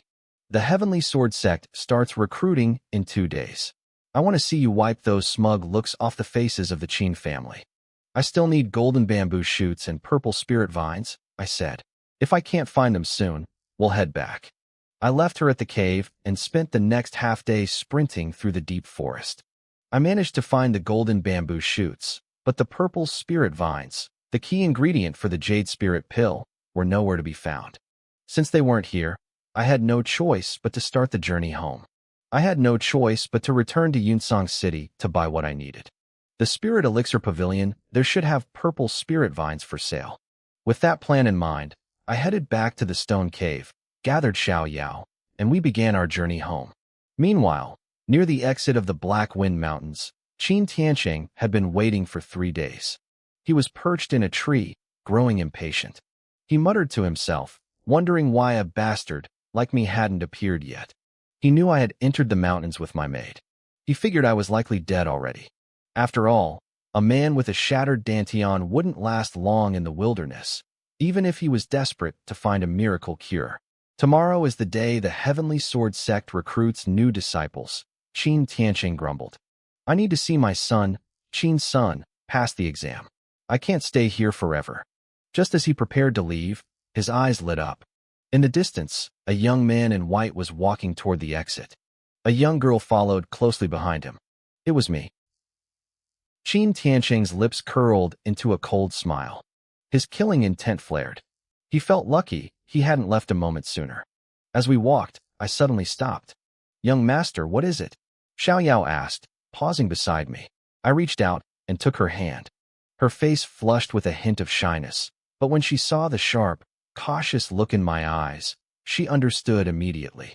Ever since she started practicing the True Spirit Mysterious Water Manual, her senses had sharpened.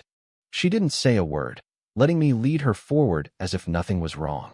Up in the tree, Qin Tianqing watched us with pure disdain. He thought it was pathetic that I was flirting with a lowly maid in my final moments. As we passed directly under his branch, he moved. He dropped from the tree like a massive bird of prey, his palm cutting through the air with a whistling howl, aiming straight for the top of my head. Watch out, I barked. Xiao Yao lunged to the side. I stepped back twice, narrowly avoiding the strike. My eyes locked onto the attacker. Qin Tianqing, I said coldly.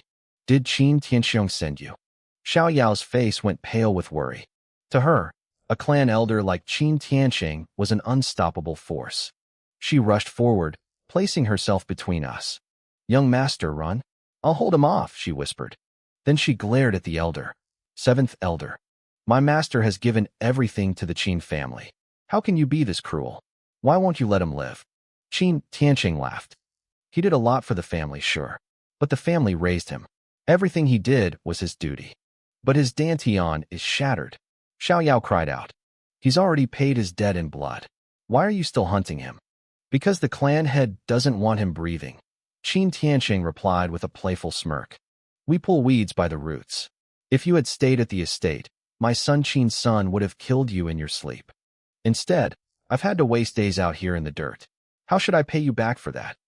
A quick death, or should I take my time breaking you first? I narrowed my eyes. So, Qin's son wants me dead too? Killing you is as easy as flipping a hand, he sneered. My son wanted to do it himself, but I told him to focus on the sect entrance exams. I decided to handle this trash personally. I started to laugh. What's so funny? Qin Tianqing snapped. I ignored him and looked at Xiao Yao. Xiao Yao, step aside and wait for me. I was moved. Even as a god emperor in my past life, I couldn't remember anyone who would willingly stand in front of a killer to protect me. But Xiao Yao didn't hesitate. She was terrified, yet she didn't want to move. I didn't give her a choice. I stepped past her, shielding her with my own body, and launched a crushing punch straight at Qin Tianqing. The punch was built on explosive, internal power. It hit like a lightning bolt. Qin Tianqing's pupils shrank. You little beast. You dare strike first. He countered with the hunting cup palm, a high-level Qin family technique. He unleashed the 9th form, sending 9 layers of palm prints crashing toward me like waves. Boom. Our powers collided with a deafening roar. I didn't hold back. I wanted to see exactly how strong I had become. The shockwave shattered the air between us. Qin Tianqing stumbled back 7 steps, his chest heaving as his blood boiled from the impact. His arms were trembling with a sharp, stinging pain. He looked at me, horrified. I hadn't moved an inch. How? He gasped. Your Dantian is ruined. Where did this power come from? I didn't answer. I just smiled. My strength was already superior to a warrior at the beginning of the sea transformation realm. Without a word, I lunged forward again. Boom. Another crushing punch. Qin Tianqing tried to block it with both hands. Crack. The sound of snapping bone echoed through the trees. Both of his arms were shattered. He flew backward a dozen steps, his legs shaking as he struggled to stay upright. Terror finally replaced his arrogance. I took a 3rd step toward him. 3 punches, that was all it took to finish him. My final crushing punch slammed directly into Qin Tianqing's chest. A spray of blood erupted from his mouth. Then, blood began leaking from his eyes, ears, and nose. His chest cavity completely collapsed under the force, his internal organs ground into a bloody pulp. I walked over to him, looking down at his broken body with a cold, mocking smile. You've been waiting here for me for days, haven't you? Qin Tianqing stared up at me, his eyes filled with nothing but helplessness and despair. In that moment, he finally realized the truth. He hadn't been waiting to ambush me. He had been waiting for his own death. With a sickening thud, his upper skeleton gave way. His legs could no longer support him, and he slumped into the dirt like a pile of mud. Blood bubbled from his throat as he struggled to speak. Qin Futian. Qin Futian. He lifted his head with agonizing effort, his eyes pleading. I beg you, please don't kill Sung. He knew he was finished. There was no hope left for him. But in his final moments, he thought of his son, Qin Sung. He saw that my cultivation wasn't just restored, it was stronger than it had ever been at my peak. He knew I would go to the Heavenly Sword Sect entrance exams, and he knew I would run into his son there. He remembered my question from moments ago, whether Qin Sung wanted me dead too. At the time, he hadn't thought much of it. He had boasted that if Qin Sung hadn't been busy preparing for the exams, he would have come to the Black Peak Mountains himself to kill me. Now, the weight of those words terrified him. He knew my character. I wouldn't let a threat like that live. I looked at him, my expression indifferent. Beg you? Are we that close? As I spoke, I reached down and slid the spatial ring off his finger. With a flick of my will, I erased his spiritual imprint and peered inside. My eyebrows shot up. So many spirit herbs, and even pills, I remarked. As an elder of the Qin family, you've certainly lined your pockets well. All those years I bled for the clan, 99% of the resources I earned went into the warehouse. And I suppose you elders split most of that among yourselves? You're quite fat with greed. I looked back at his fading eyes. For the sake of these treasures, I'll grant your request. Qin Tianqing's dim eyes flickered with a sudden spark of hope. But my next words turned that hope into pure darkness. I promise you, I whispered, I'll make sure his death is quick. The light vanished from his eyes. His final breath escaped him, and he went still. I felt nothing as I watched him die. Beside me, Xiao Yao was trembling, but not from fear. She was overwhelmed with joy. To her, an elder was a godlike figure, yet I had crushed him like an insect. I began sorting through the loot in the ring. There was golden money grass, red gold bamboo, jade hibiscus. The list went on. There were nearly 60 different spirit herbs. 3 of them were second tier. I also found 3 spirit beast cores, though they were only first tier. Usually, people refine or sell cores quickly because they lose potency when dried out. But the real prizes were the pills. In a backwater place like Yunsong City, pills were incredibly rare. A low-grade qi circulating pill could sell for 100 silver taels. A first-tier Great Spirit pill? That could fetch 1,000. In this world, silver and gold were the common currency for the masses, while spirit stones were so rare I barely remembered seeing them in this city. I popped the corks on the bottles. 3 qi circulating pills, 3 Great Spirit pills, and 1 turtle qi pill. Xiao Yao, these are for you, I said, handing her the bottle of qi circulating pills. They were useless to me since I didn't have a traditional dantian anymore. The Great Spirit pills helped gather spiritual energy, but with my heaven-devouring creation technique, my absorption speed was already high enough. The Turtle Chi pill was more interesting. It helped compress energy to break through from the pulse opening realm to the sea transformation realm. Then, a thought struck me. If my creation cauldron could refine raw herbs and beast cores, could it refine finished pills? I gripped a Great Spirit pill in my palm and activated the technique. The pill dissolved instantly. Inside the cauldron, 3 drops of creation water appeared. I felt a surge of excitement. Normally, it takes about 10 herbs to make a batch of 10 pills. That means 1 pill equals roughly 1 herb. Refining a raw first-tier herb only gave me 1 drop of water, but refining the pill gave me 3. The efficiency was tripled, and this was just a mid-grade pill. If I refined high-grade or perfect quality pills, the yield would be even higher. As a former God Emperor, my alchemy skills were peerless. To me, these pills were poorly made trash, but they were efficient fuel. I decided not to refine the rest just yet. I had just broken through to the 7th level of the pulse opening realm and needed a few days to stabilize. Besides, I suspected the creation water had more uses than just tempering my body. Xiaoyao stood beside me, clutching the pills I gave her. She looked like she was in a dream. Just a few weeks ago, she was desperately trying to save every copper to buy me a single pill. Now, I had handed her 3 without a second thought. She smiled, a sense of peace finally settling over her. We turned back toward Yunsong City. Everything had changed since we left. As we approached the gates, I noticed the city was far more crowded than usual. The Heavenly Sword sect recruitment was starting, and young warriors from a dozen surrounding towns were flooding in. The stage was set, and I was ready to take back everything that was mine. Every young warrior with even a shred of talent was swarming the city. They all wanted a shot at joining the Heavenly Sword sect.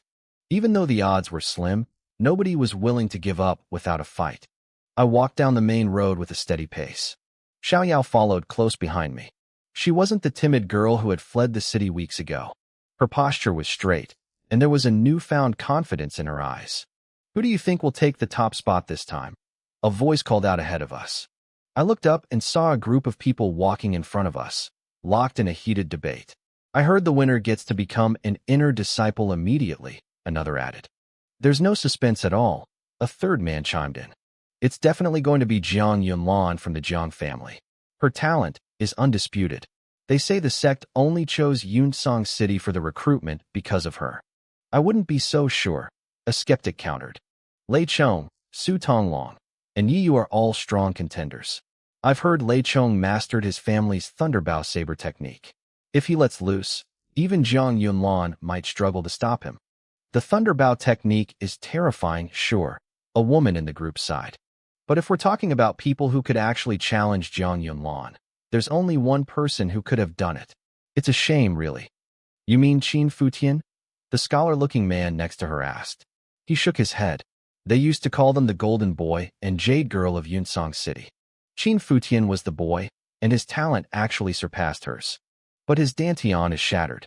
He's a total waste now. It's a tragedy to see a genius fall like that." I listened to them talk about me as if I were a ghost. It was almost funny. I didn't care, but I felt Xiaoyao stiffen beside me. She pouted, her small face flushing with anger. She hated hearing them use the word waste. To her, I wasn't a failure. I was the greatest genius in the world. She probably wanted to scream at them that Jiang Yunlan was nothing compared to me. I gave her a small pat on the shoulder. In my past life as the God Emperor, millions of people had whispered about me. If I took every insult to heart, I'd never have time to cultivate. We arrived at the Spirit Pill Pavilion. I needed to buy some purple spirit vines. I hadn't found any in the Black Wind Mountains, and the storage rings I'd looted from Su Meng and Qin Tiansheng were empty of them. The moment we stepped inside, I realized how crowded the city truly was. The pavilion was packed. Everyone was scrambling to buy herbs and pills to prepare for the upcoming trials. "Wait for me here by the entrance," I told Xiaoyao. "It's too crowded for both of us to push through." She nodded obediently and stood by the door. I headed toward the counter, but I hadn't gone far when a sharp shout echoed through the hall. "Xiaoyao!" I paused and looked back. A young man in green robes with a top knot was glaring at her. He looked furious. "Young Master Su?" Xiao Yao asked, blinking in surprise. "Is something wrong?" The man, Su Yang, marched toward her. He looked like he was ready to explode, but as he got closer, he stopped. He blinked, scanning her up and down. A few weeks ago, Xiao Yao had been sallow-skinned and exhausted, looking like a dull servant. But now, her skin was fair, her features were sharp, and she looked like a genuine beauty. I saw the greed flicker in his eyes. "Where the hell did you go?" Su Yang barked, trying to regain his intimidating posture. "We had an agreement. You were supposed to meet me that night to handle the furnace. My master punished me severely because you never showed up." I remembered now. Su Yang was an alchemy apprentice under Master Wu here at the pavilion. Xiao Yao used to take extra shifts tending the fires to earn a few coppers for me. She had missed her shift the night I killed the steward, and we fled the city. "I'm so sorry," Xiao Yao said softly. "Something happened, and I couldn't make it."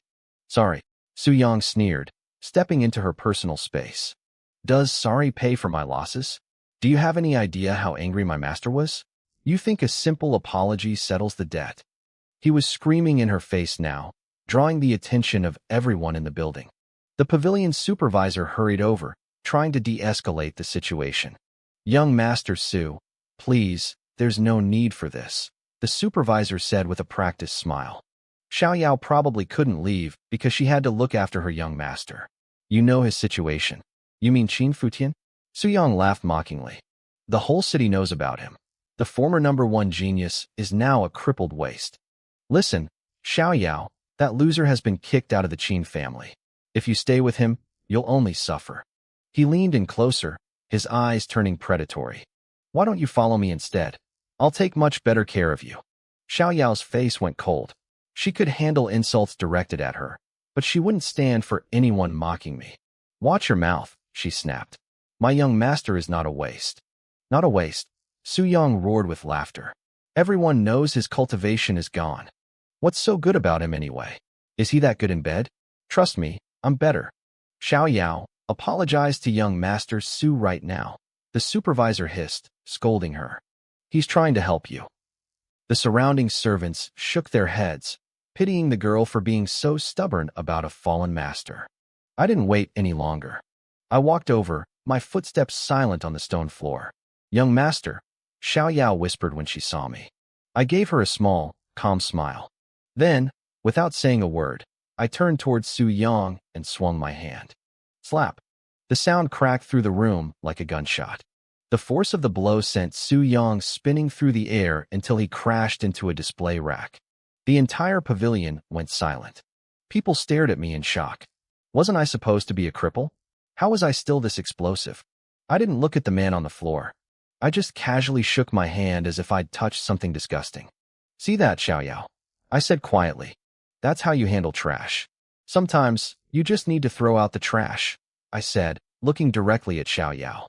"When someone has a mouth as foul as his, you don't argue. You hit them. Do you understand?" Xiao Yao nodded obediently, her eyes bright. "I understand, young master."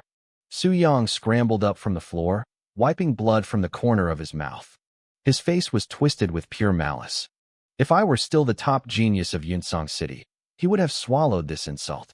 But everyone believed I was a cripple now. Being struck by a waste was a humiliation he couldn't endure. "Get out. Everyone who doesn't work here, get out now." Su Yang roared, his voice trembling with rage. "Close the doors. Today, I'm going to make sure these two die." The supervisor sighed and shook his head. He began ushering the customers out of the Spirit Pill Pavilion, announcing that business was temporarily suspended.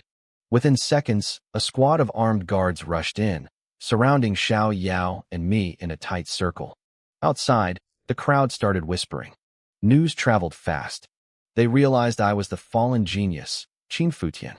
Some pitied me, while others mocked my arrogance. They said my cultivation was gone and that I was just living on borrowed time. To them, I was a dead man walking for daring to spill blood inside the Spirit Pill Pavilion. Inside the silent hall, Su Yang glared at me with murderous intent. "Qin Futian, get on your knees. Lick the bottom of my boots clean, and maybe I'll let you live. Who do you think you are? A piece of trash like you dares to lay a hand on me. Slap. Before he could finish his sentence, another hand cracked across his face. This time, it wasn't me. Don't you dare insult my master. Xiao Yao shouted. You're the trash. Your whole family is trash. I smiled, genuinely impressed. Good.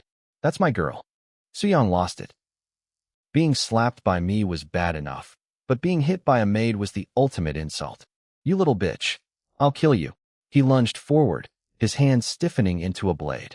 He was at the 4th stage of the pulse-opening realm, and he used a lethal martial technique.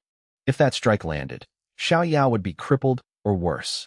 He had a cruel smirk on his face, already imagining her blood on the floor.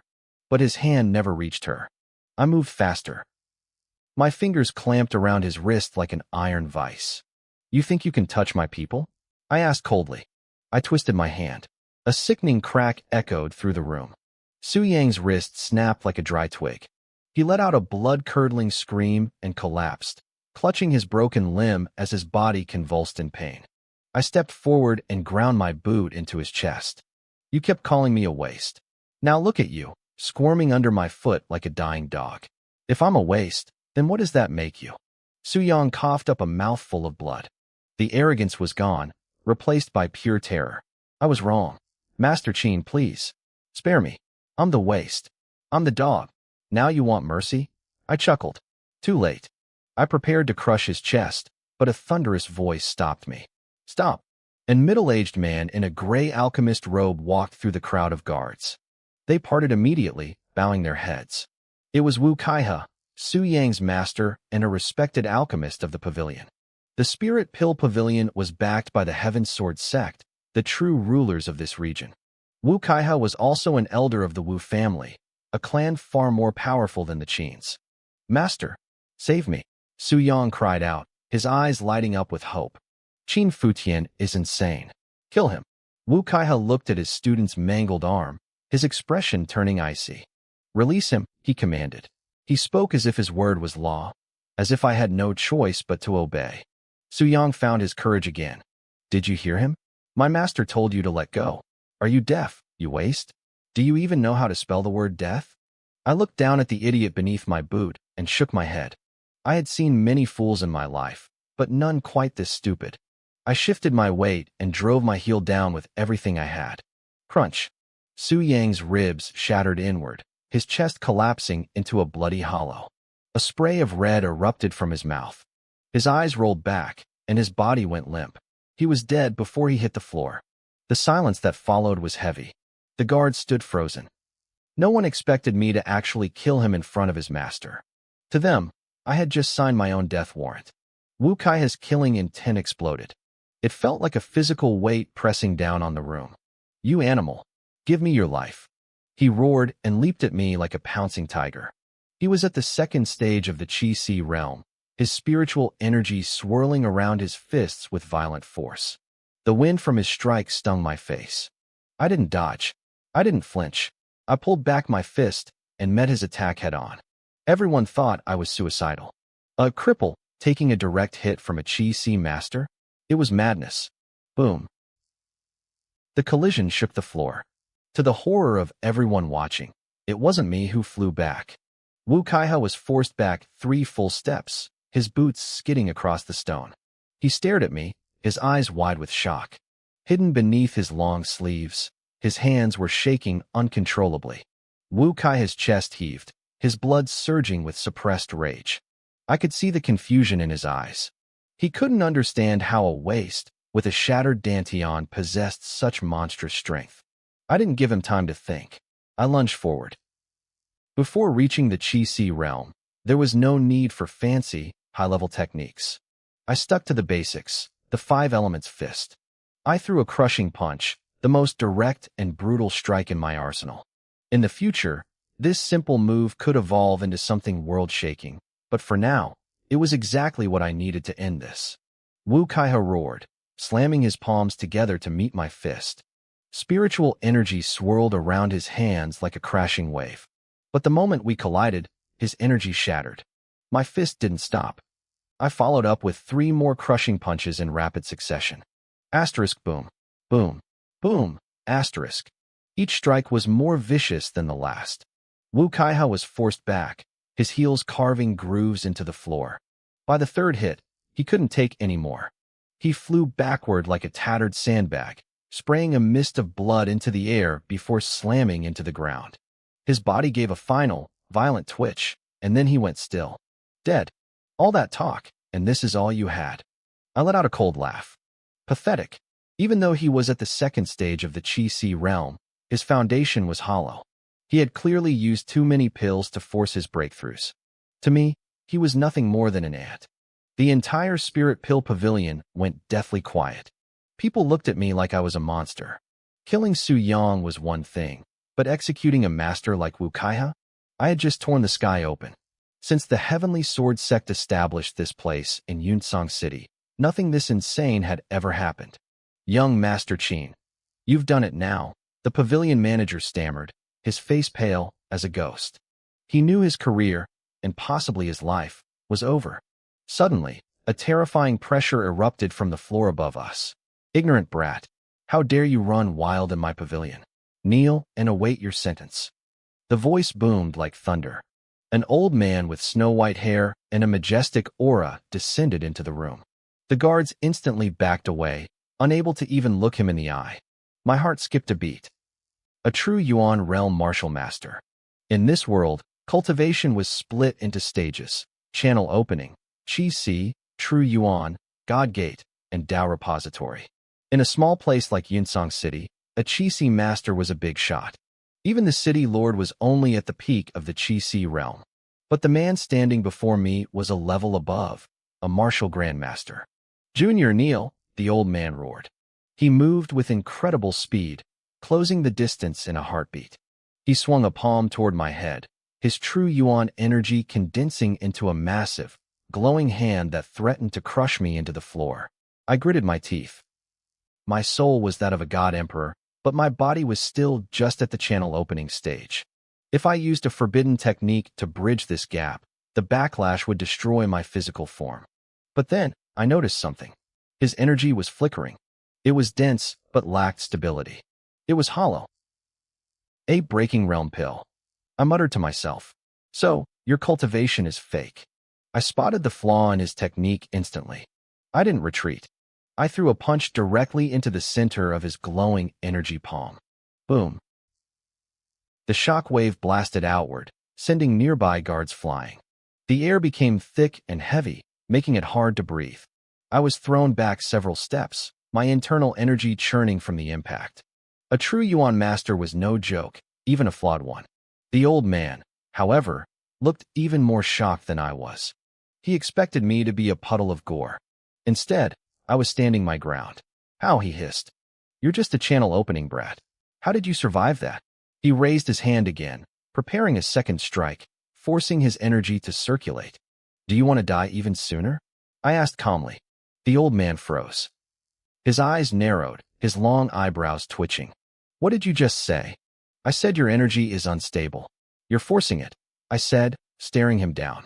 If you keep pushing, your blood will reverse its flow and attack your heart. You might have had 3 days to live, but if you strike me again, you'll be dead by midnight. The old man's expression shifted from rage to genuine fear. He looked around, realizing the guards and servants were hanging on every word. Everyone get out, he barked. The manager scrambled to usher everyone away. Within a minute, the floor was empty, leaving only me, Xiao Yao, and the old man. Speak, he growled, his voice trembling slightly. What do you know? I smiled. You were half a step away from the true Yuan realm, but your lifespan was running out. You panicked. You took a breaking realm pill to force the breakthrough. You reached the rank, but you lost control of your dantian. Now the side effects are eating you alive. His eyes widened as if he were seeing a ghost. Look at your hands, I continued. Your fingernails are turning black. Purple spots are spreading to your fingertips. Classic signs of chaotic energy. Your hair is falling out in clumps. Your eyes are bloodshot. And you're wearing the scent of a returning origin pill to hide the smell of decay. You can fool them, but you can't fool me. You're a dead man walking. The old man, Duan Gongyu, stared at me with a mix of shock and desperation. He knew I was right. No one could pinpoint his condition that accurately unless they were a master, or unless they'd spoken to the high-level pharmacist he'd been secretly consulting. He took a deep breath, his aggressive stance crumbling into something resembling respect. "Young Master Qin," he began, his voice softening. I was out of line. "My name is Duan Gongyu." He looked at me pleadingly. "Since you can see my affliction, I assume you have a way to fix it?" I gave him a slight nod. "Of course. Your problem is serious, but not impossible to solve. If we use the right medicine, we can neutralize the chaos in your energy sea.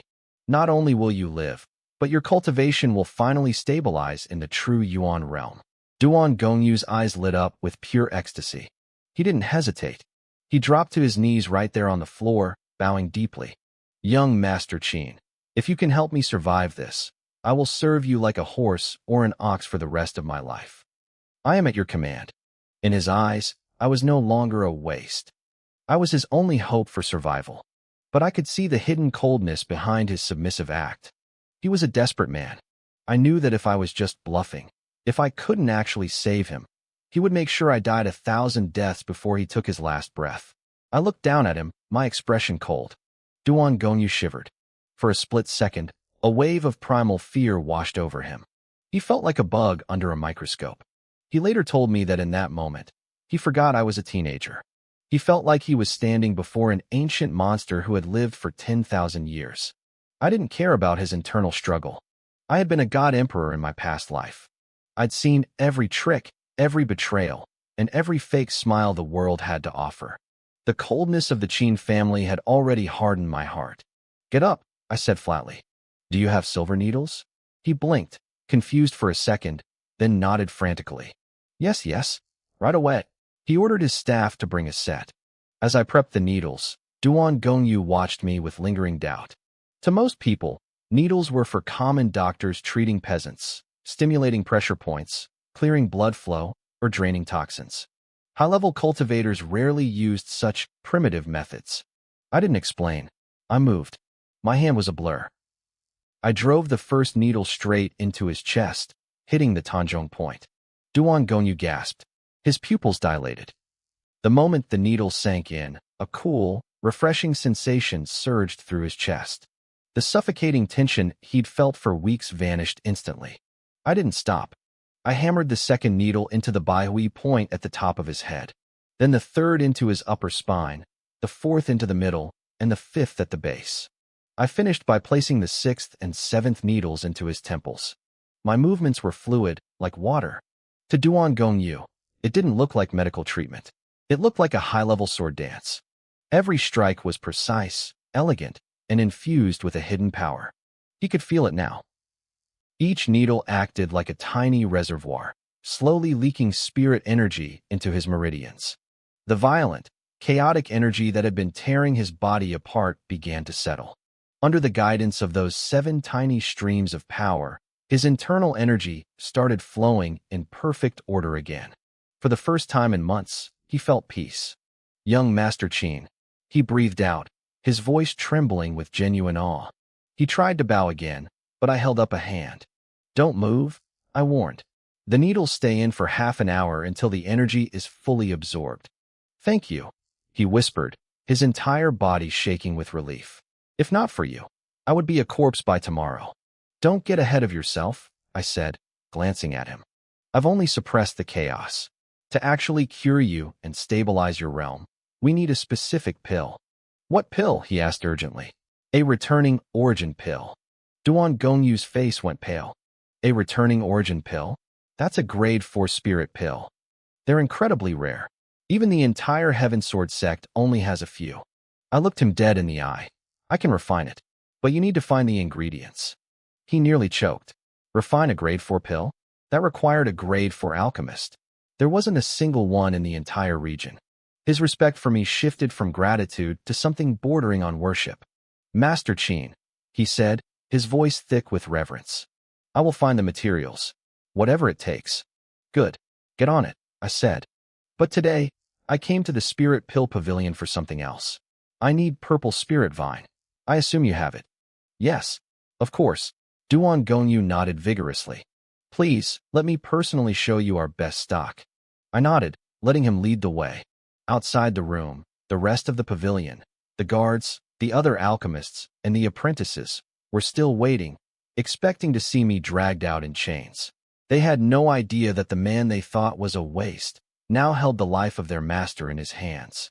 The servants and workers gathered outside the hall, whispering among themselves. Some of them looked at Xiao Yao with pity. They thought she had followed a reckless master who would only lead her to her death. One female servant shook her head, feeling a pang of regret. She had always been on good terms with Xiao Yao and had even urged her to leave me before things got this bad. Now, she was sure we were both finished. The crowd waited, some hoping for a show and others just wanting to buy pills for the upcoming Heaven Sword sect entrance exams. They expected me to be dragged out in chains, or worse. Then, the doors of the Spirit Pill Pavilion swung open. The crowd surged forward, but then they froze. Their eyes nearly popped out of their heads. The scene they expected, a broken, punished waste, was nowhere to be found. Instead, I walked out into the main hall with a calm, indifferent expression. I strolled through the aisles, picking out herbs as if I owned the place. But that wasn't what shocked them. It was the man walking beside me. An old man with hair as white as snow followed at my side, his back slightly bowed in respect. He wore a constant, flattering smile, pointing out the properties of different herbs like a humble apprentice. Most people didn't recognize him, but the alchemists and apprentices in the pavilion were paralyzed. That was Elder Duan Gongyu, the sitting elder of the entire Spirit Pill Pavilion. They rubbed their eyes, unable to believe what they were seeing. This was the cold, arrogant, and high-status Elder Duan. Why was he acting like a servant to a waste from the Qin family? And why were there silver needles sticking out of his body? They had 1,000 questions, but no one dared to breathe a word. Master Qin, Duan Gongyu said, bowing low. The purple spirit vine on display isn't the best quality. We have much better stock in the back. I'll have it brought to you immediately. He called over the pavilion manager. The manager was a sharp man. He saw the way the elder was acting and immediately understood that I was someone he couldn't afford to offend. He even bowed toward Xiao Yao, who looked completely overwhelmed. She had lived in the shadow of the Qin family for so long that she never dreamed a high-ranking manager would treat her with such respect. The manager returned quickly with the premium purple spirit vine. I inspected it. It was much better than the trash out front. Good, I said, giving it a squeeze. Now, prepare a refining room for me. At once, Duan Gongyu turned to the manager. Get the best room ready for Master Qin. Now, Duan Gongyu rubbed his hands together, his eyes gleaming with anticipation. He desperately wanted to see if I actually knew how to refine pills. Meanwhile, back at the Qin estate, Qin Tianxiong sat in the main courtyard, feeling a strange sense of unease. His nephew, Qin's son, sat across from him. Your father should have been back by now, Qin Tianxiong said, tapping his fingers on the stone table. Qin's son looked grim. He said he was going to the Black Wind Mountains to kill Qin Futian and gather herbs for my exam preparation. Even if something went wrong with the hunt, he should have returned days ago. Qin Futian is nothing to worry about, Qin Tianxiong muttered. Your father killing him is a certainty. Perhaps he was delayed by something else. Don't worry too much. Qin Sin nodded, though the worry didn't fade. How are your preparations for the Heaven Sword sect exam? Qin Tianxiong asked. Qin Sin's face lit up with confidence. Don't worry, uncle. I'm ready. I have absolute certainty that I will pass. Qin Tianxiong smiled. The Qin family had struggled to become a first-rate clan in Cloud Azure City because they lacked disciples in the Heaven Sword sect. They had once considered sending me, but the elders decided against it. I wasn't blood-related to their branch. When they found me as a baby, I had a jade pendant with the name Qin on it, but I wasn't one of their Qins. They chose to keep me in the family as a tool, a weapon to fight their battles and seize resources from other clans. But now, if Qin's son entered the sect, the family would finally have real status. Prepare well, Qin Tianxiong encouraged him. I look forward to your performance tomorrow. Back at the Spirit Pill Pavilion, the room was ready. I planned to refine 2 batches, Emerald Spirit Pills and Spirit Accumulation Pills. The latter was common, but for me, it was fuel for my creation cauldron to produce more creation water. The Emerald Spirit Pills, however, were for Xiao Yao. Her talent was poor, but with my methods, I could turn a mediocre talent into a genius that could suppress an entire era. Master Qin. Duan Gongyu stood by, fidgeting nervously. May I observe while you refine? I glanced at the needles in his body and nodded. You may. Remove the needles first.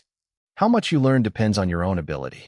If any other alchemist had heard me, they would have thought I was insane.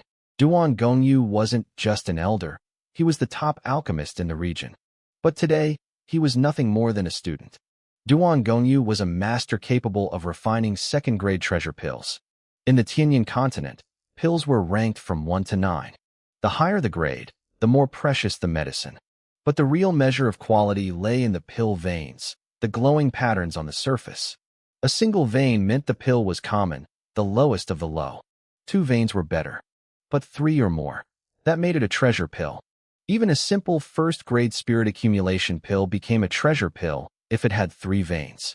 Duan Gongyu could consistently produce second-grade pills with 3 veins. In a backwater like Cloud Azure City, that made him a god. Most alchemists here, like Wu Kaiha from the Wu family, struggled just to finish a second-grade pill without it exploding in their faces. Even in the massive Heaven Sword sect, there were probably only 3 people with Duan Gongyu's skill. To do what he did, you usually needed to be a third-grade alchemy grandmaster. Let me handle the fire for you, young Master Qin, Duan Gongyu said. He moved quickly, pulling the silver needles from his body. He was eager, rubbing his hands together like an apprentice. For low-level pills, a normal fire was enough. You just added fuel to boost the heat. But for high-level refining, you needed spirit fire, flames born from the essence of heaven and earth. I didn't have spirit fire yet, but for what I was making today, charcoal would suffice. Start the fire, I commanded. Duan Gongyu didn't hesitate. The first step was warming the cauldron. Most alchemists skipped this, thinking it was a waste of time for low-grade pills. I wasn't most alchemists. I chased perfection in everything. As the flames rose, I ran my fingertips lightly along the inner wall of the cauldron. It looked like I was checking for dust. In reality, I was feeling the metal's grain, its density, and its hidden flaws. In an instant, I had mapped the cauldron's soul in my mind. Increase the heat by 30%, I said. The fire roared. I began dropping the first herb, Emperor's Yellow Essence. As it hit the heat, a faint fragrance filled the room. I watched it melt, pulling the pure essence out while discarding the dross with a flick of my wrist. Drop the heat by 10%. I moved to the second herb. Duan Gongyu watched me, his eyes wide with shock. He could see that my extractions were flawless. Not a drop of essence was wasted. I knew exactly how much heat every leaf and root needed. One by one, I processed all 11 ingredients. Then came the fusion. This was the hardest part, the timing, the sequence, the delicate balance of liquids. I stayed calm. I felt like a master craftsman, focused and steady. When the liquids finally merged, the aroma in the room became intoxicating. Now, it was time for the vein inscribing. This was like carving an array into liquid. My hands began to move, my fingers dancing through the air like flowing water. My entire aura shifted. I was no longer just a craftsman. I was a celestial being performing a sword dance. Every movement was elegant, precise, and blindingly fast. Duan Gongyu was frozen. He had traveled the world and seen high-level alchemists work before, but this was different. He realized, with a sinking feeling of disbelief, that my technique surpassed everyone he had ever met. How was this possible? I was just a kid from a small family in a tiny city. Rise, I barked. The shout snapped Duan Gongyu out of his trance. I slapped the lid of the cauldron. With a wave of my hand, a string of glowing pills flew into the air. They landed perfectly in the jade bottles waiting on the table. It's done, I said. 16 pills. Duan Gongyu's jaw hit the floor. He had refined spirit accumulation pills thousands of times, but he never got more than 9 or 10 from a single batch. I had nearly doubled the yield. And as they flew past, he saw the glow. These weren't just pills. Young Master Qin, may I see them? He asked. His forehead was slick with sweat, but he didn't care. His hands shook as he reached for the bottle. He poured them out onto a white jade tray. They rolled like precious pearls. 3 veins, 4, 5, 7. Duan Gongyu looked like he was about to collapse. He nearly dropped to his knees. Out of 16 pills, 3 had 3 veins, 4 had 4, another 4 had 5, 4 more had 6, and 1, a single, perfect pill, had 7 veins. In his eyes, I wasn't a genius anymore. I was a god. I looked at the tray and sighed. I shook my head, genuinely disappointed. It's been too long, I muttered. I'm getting rusty. I wanted 8 or 9 veins, but without spirit fire, reaching the saint grade was impossible. Plus, this cauldron was trash. Even if it was the best the spirit pill pavilion had to offer, it was still just a hunk of cheap metal. To me, it was barely a tool. To Duan Gongyu, it was a miracle. I looked at the tray of pills and felt nothing but disappointment. My standard was much higher than this. Duan Gongyu, however, looked like he was having a heart attack. He stared at me, his heart racing so fast I could practically hear it thumping against his ribs. Young Master Qin, he stammered, his voice thick with awe. Would you be willing to take this old man as your master? I raised an eyebrow. The room went silent. Duan Gongyu realized his mistake instantly. His face went pale, then bright red. No, that's not what I meant, he shouted, waving his hands frantically. I meant, would you allow me to take you as my disciple? No, that's wrong too. He shook his head so hard I thought it might fall off. Young Master Qin, would you be willing to take me as your disciple? I couldn't help but chuckle. I looked him dead in the eye. Do you really think you have the qualifications to be my disciple? Duan Gongyu froze. It was like a bucket of ice water had been dumped over his head. He woke up from his fantasy. He was a great alchemist in this city, but compared to the godlike skill I had just shown, he was nothing. Someone with my talent probably had a line of geniuses miles long waiting to serve me. I have overstepped, he said quickly, bowing low. Please, do not be offended. He was terrified of losing my favor. He knew that as long as I didn't hate him, he might still have a chance to learn a fraction of what I knew. You saw the process just now, I said calmly. How much you actually learned depends on your own talent. Yes. He nodded like a woodpecker. He was already playing back the images of my movements in his head, treating them like a sacred treasure. For now, don't try to refine anything, I warned him. Until your internal injuries from that cultivation deviation are fully healed, don't touch your inner qi. I understand, he replied respectfully. He was itching to try out what he'd seen, but he didn't dare cross me. At that moment, Xiaoyao walked over and handed me a cup of tea. I took it and drank it in one go. Xiaoyao, watch closely, I told her. Once your cultivation level is high enough, I'll teach you the art of alchemy myself. Yes, young master, she chirped, her eyes bright. Standing to the side, Duan Gongyu's eyes turned green with envy. This little maid was getting personal instruction from a master? What kind of incredible luck did she have? When Xiaoyao looked over at him, he immediately forced a giant, friendly smile and nodded to her. Xiaoyao nodded back, feeling a secret sense of pride. She had just watched the head of the Spirit Pill Pavilion beg to be her master's student. Her young master was truly incredible. I didn't stop there. I started a second batch, this time making marrow-cleansing pills. The yield and quality were even better than the first. I took one myself, feeling a cool sensation wash through my body. My connection to the world's spiritual energy sharpened instantly. I handed the rest of the bottle to Xiaoyao. Take 2 of these every month. Don't skip. In the God realm, these pills were common because the materials were cheap, but they required a level of control that alchemists like Duan Gongyu couldn't even dream of. In a low-level place like this, these pills were heaven-defying. After a few months of this, Xiaoyao's talent would rival the top geniuses of the entire continent. Young Master Qin, Duan Gongyu said, breaking the silence. What are your plans? I heard you wanted to take the entrance exam for the Heavenly Sword Sect. That's the plan, I nodded. There's no need for an exam, he said eagerly. With your skills, you could walk right in and become the chief alchemy elder. I can arrange it. I frowned. My voice turned cold. Elder Duan, keep what happened today to yourself. Do you understand? That includes what happened to Wu Kaihe and Su Yang. I wasn't ready to show my full hand to the world yet. Talent like mine would bring unwanted attention and endless trouble before I was strong enough to crush it. Since I still held Duan Gongyu's life in my hands, I knew he would stay quiet. I understand, young master. Not a word, he promised. He quickly called his staff together and gave them a terrifying warning. If anyone leaked a single detail about what happened in the pavilion today, the consequences would be lethal. The customers outside had seen my clash with Su Yang, but they hadn't seen the kill, and they certainly hadn't seen the alchemy. Xiao Yao and I stayed at the pavilion that night. After she took her first 2 pills, her progress was explosive. Under my guidance, she broke through her second meridian by midnight, officially becoming a second-stage martial trainee. She was thrilled, but she didn't get cocky.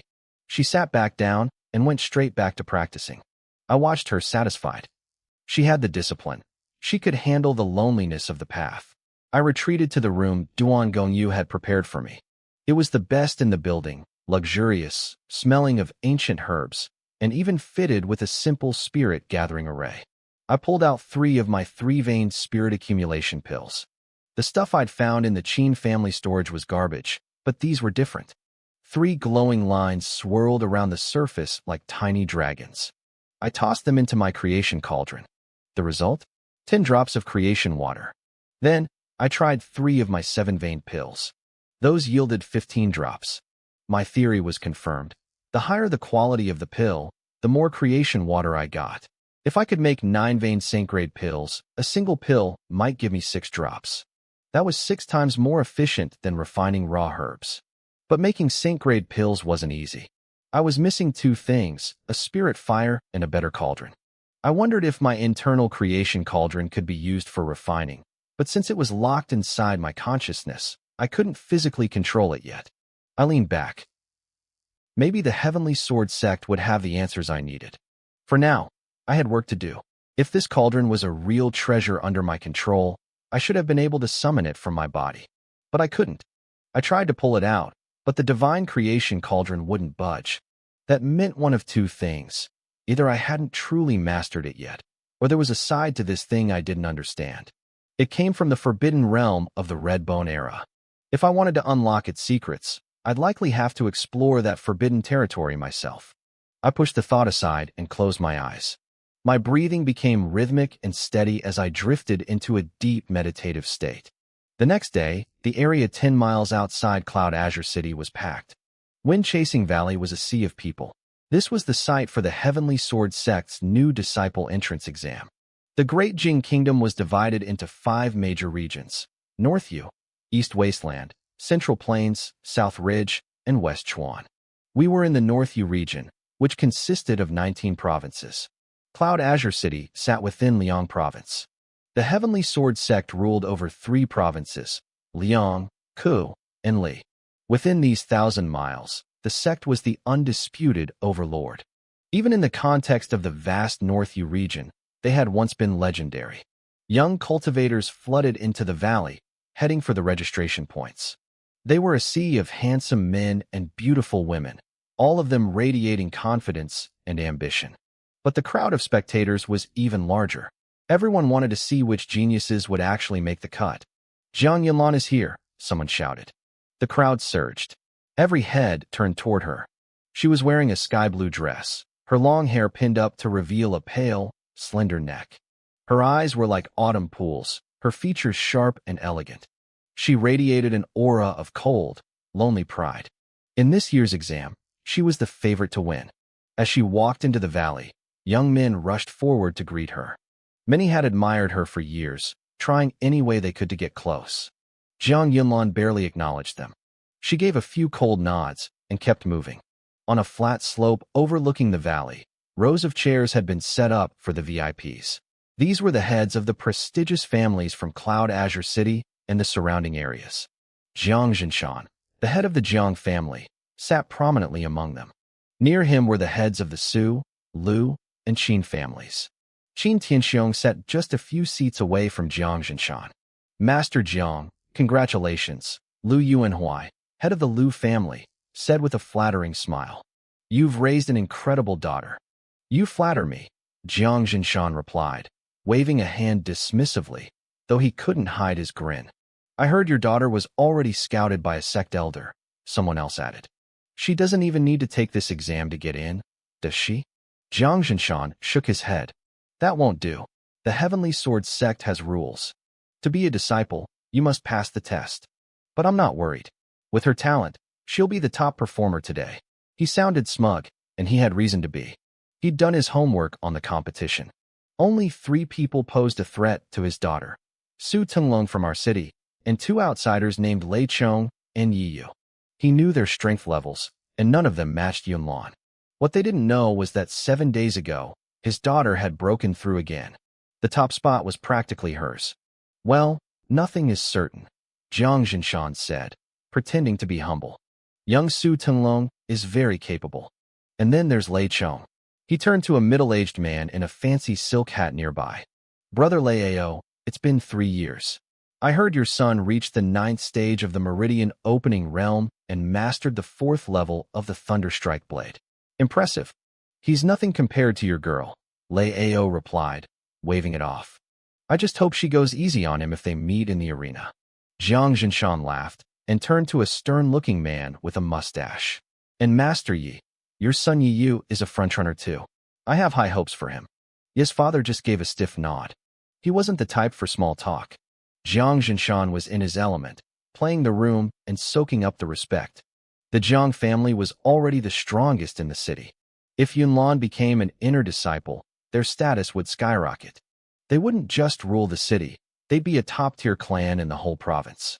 Everyone wanted to be on his good side. Qin Tianxiong, however, looked miserable. The cancelled engagement had been a massive blow to the Qin family's reputation. He had to sit there and swallow his pride because the Jiangs were simply too powerful to provoke. Then, someone decided to stir the pot. Hey, Jiang Jinshan, a burly, bald man called out. It was Xiong Buyue, head of the Xiong family. I heard your daughter was betrothed to that Qin Futian kid from the Qin family. What happened there? Jiang Jinshan's eyes turned cold for a split second before the fake smile returned. You're right, Master Xiong. There was an arrangement. But it was just a drunken mistake made by my father years ago. Master Qin here can testify to that. He looked at Qin Tianxiong. It wasn't a question, it was a threat. Old man Jiang was indeed drinking that day. Qin Tianxiong said flatly. Whether it was a mistake or not, I couldn't say. Jiang Jinshan chuckled. Well, a grandfather's promise shouldn't be broken lightly. But the kids these days have their own ideas. They've made a pact. This exam will decide if the engagement stands. The crowd's interest spiked. A pact? What kind of pact? Jiang Jinshan raised his voice so everyone could hear. We elders shouldn't interfere in the business of the youth. But I know the deal. The engagement only stays if Qin Futian actually passes the exam. Jiang Jinshan's voice boomed across the valley. He announced that even if I only became a lowly servant disciple of the Heavenly Sword sect, the engagement would still stand. But if I failed the exam entirely, the contract was void. The crowd went quiet for a second before the whispering started. Everyone knew my situation. My dantian was shattered. I was a waste. By setting this condition, Jiang Jinshan wasn't being fair. He was publicly throwing me away while making it look like it was my own fault. He wanted me to fail miserably so he could wash his hands of the Qin family forever. Xiong Buyue, the bald head of the Xiong family, let out a loud laugh. He didn't hold back. He told Jiang Jinshan straight to his face that this move was cold-hearted. Everyone knew I was crippled, so setting a bet I couldn't possibly win was just a dirty trick. Suddenly, a heavy bell rang out. The sound echoed through the entire valley. It was time. The entrance exam for the Heavenly Sword sect was officially starting. An old man with long, flowing eyebrows and sharp, piercing eyes stepped into the center of the crowd. He was thin but stood tall, radiating a powerful aura. He cleared his throat and introduced himself as Yuan Hong, the man in charge of the assessment. The crowd gasped. Yuan Hong was a famous elder of the sect. Some whispered that he was a peak martial artist at the Great Sea Realm, while others claimed he had already stepped into the true Origin Realm. Either way, he was a powerhouse. Yuan Hong raised a hand to silence the noise. He didn't waste time with flowery speeches. He laid out the rules clearly. Anyone under 20 years old could participate, provided they had reached at least the 3rd level of the Pulse Opening Realm. The exam had 2 rounds. The first was the Puppet Valley. We had to sprint through a valley filled with mechanical puppets in under 300 breaths, roughly 5 minutes. Only the top 20 finishers would move on to the next stage. The second round was a tournament. The top 20 would fight until only 10 remained, then 5.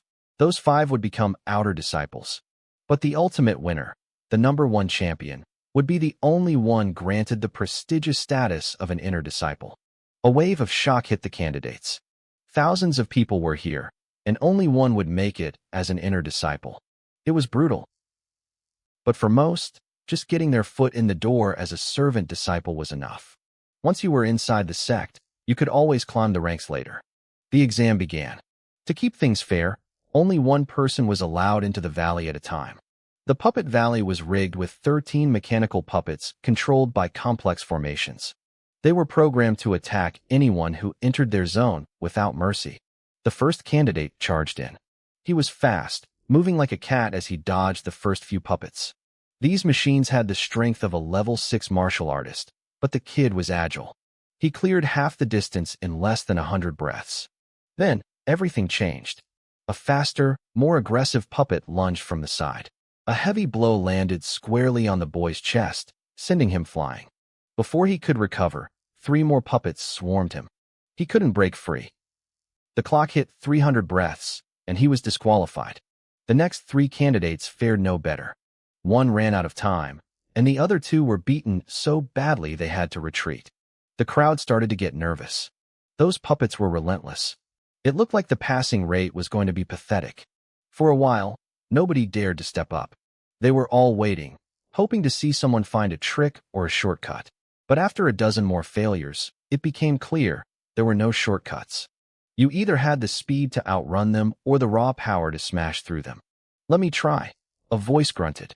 A thick, muscular teenager stepped out from the crowd. People recognized him immediately. It was Wu Yunhao from the Wu family. He was well known among the younger generation. If he couldn't do it, most of us didn't stand a chance.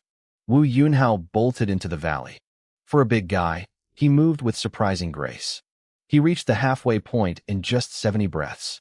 That's when a massive puppet, nearly at the Great Sea realm in strength, blocked his path. The puppet swung a heavy metallic arm, the wind whistling with the force of the strike. Wu Yunhao didn't dodge.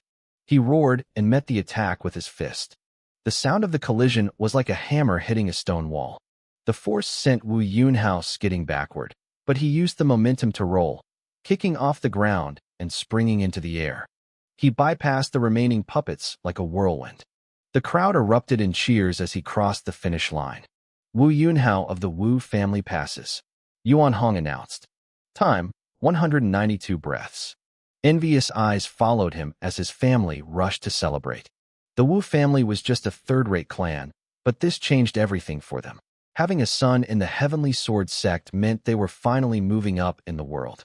High on the hill, among the sect leaders and clan heads, I saw the Wu family patriarch beaming with pride. But I wasn't looking at him. I was looking at the valley, measuring the puppets, and waiting for my turn to show them what a waste could really do. The heads and elders of the nearby clans crowded around the Wu family patriarch, showering him with praise. Wu Yunhao hadn't just passed. He'd finished in under 200 breaths. That put him in the top 20, practically guaranteeing him a spot in the Heavenly Sword sect. For a clan like theirs, that was a golden ticket. Seeing his success sparked a fire in the others. More disciples stepped forward, eager to prove themselves, but the valley was a meat grinder. The failure rate remained brutal. By the time half a day had passed, nearly 300 people had tried their luck. Only about a dozen had made it through. The odds were even worse than we expected. As night fell, the air grew heavy. The organizers lit massive lamps filled with jade-horned rhino oil. The stuff burned bright and slow, turning the dark valley into a stage as bright as high noon. Nobody left. Even those who had failed stayed behind, staring into the valley, trying to learn from the winners and figure out where they went wrong. They were already thinking about next year. Around midnight, a sudden wave of whispers broke the silence. Lei Chong was stepping up. He was from Heaven Punishment City and was one of the heavy favorites to take the top spot in this trial. The moment he entered the valley, he was a blur. His speed and raw power were on a different level compared to everyone who came before him. When he crossed the finish line, the timer stopped at 113 breaths. The crowd gasped. He had nearly broken the 100-breath mark, absolutely shattering the previous record of 149. Lei Chong looked pleased with himself, offering a confident smile to the people cheering his name. Shortly after, another favorite named Yu stepped into the valley. He was like a shadow moving through the metal giants. His final time was 114 breaths, just one breath behind Lei Chong. It was a razor-thin margin, a difference of a single heartbeat, but it was enough to keep the tension high.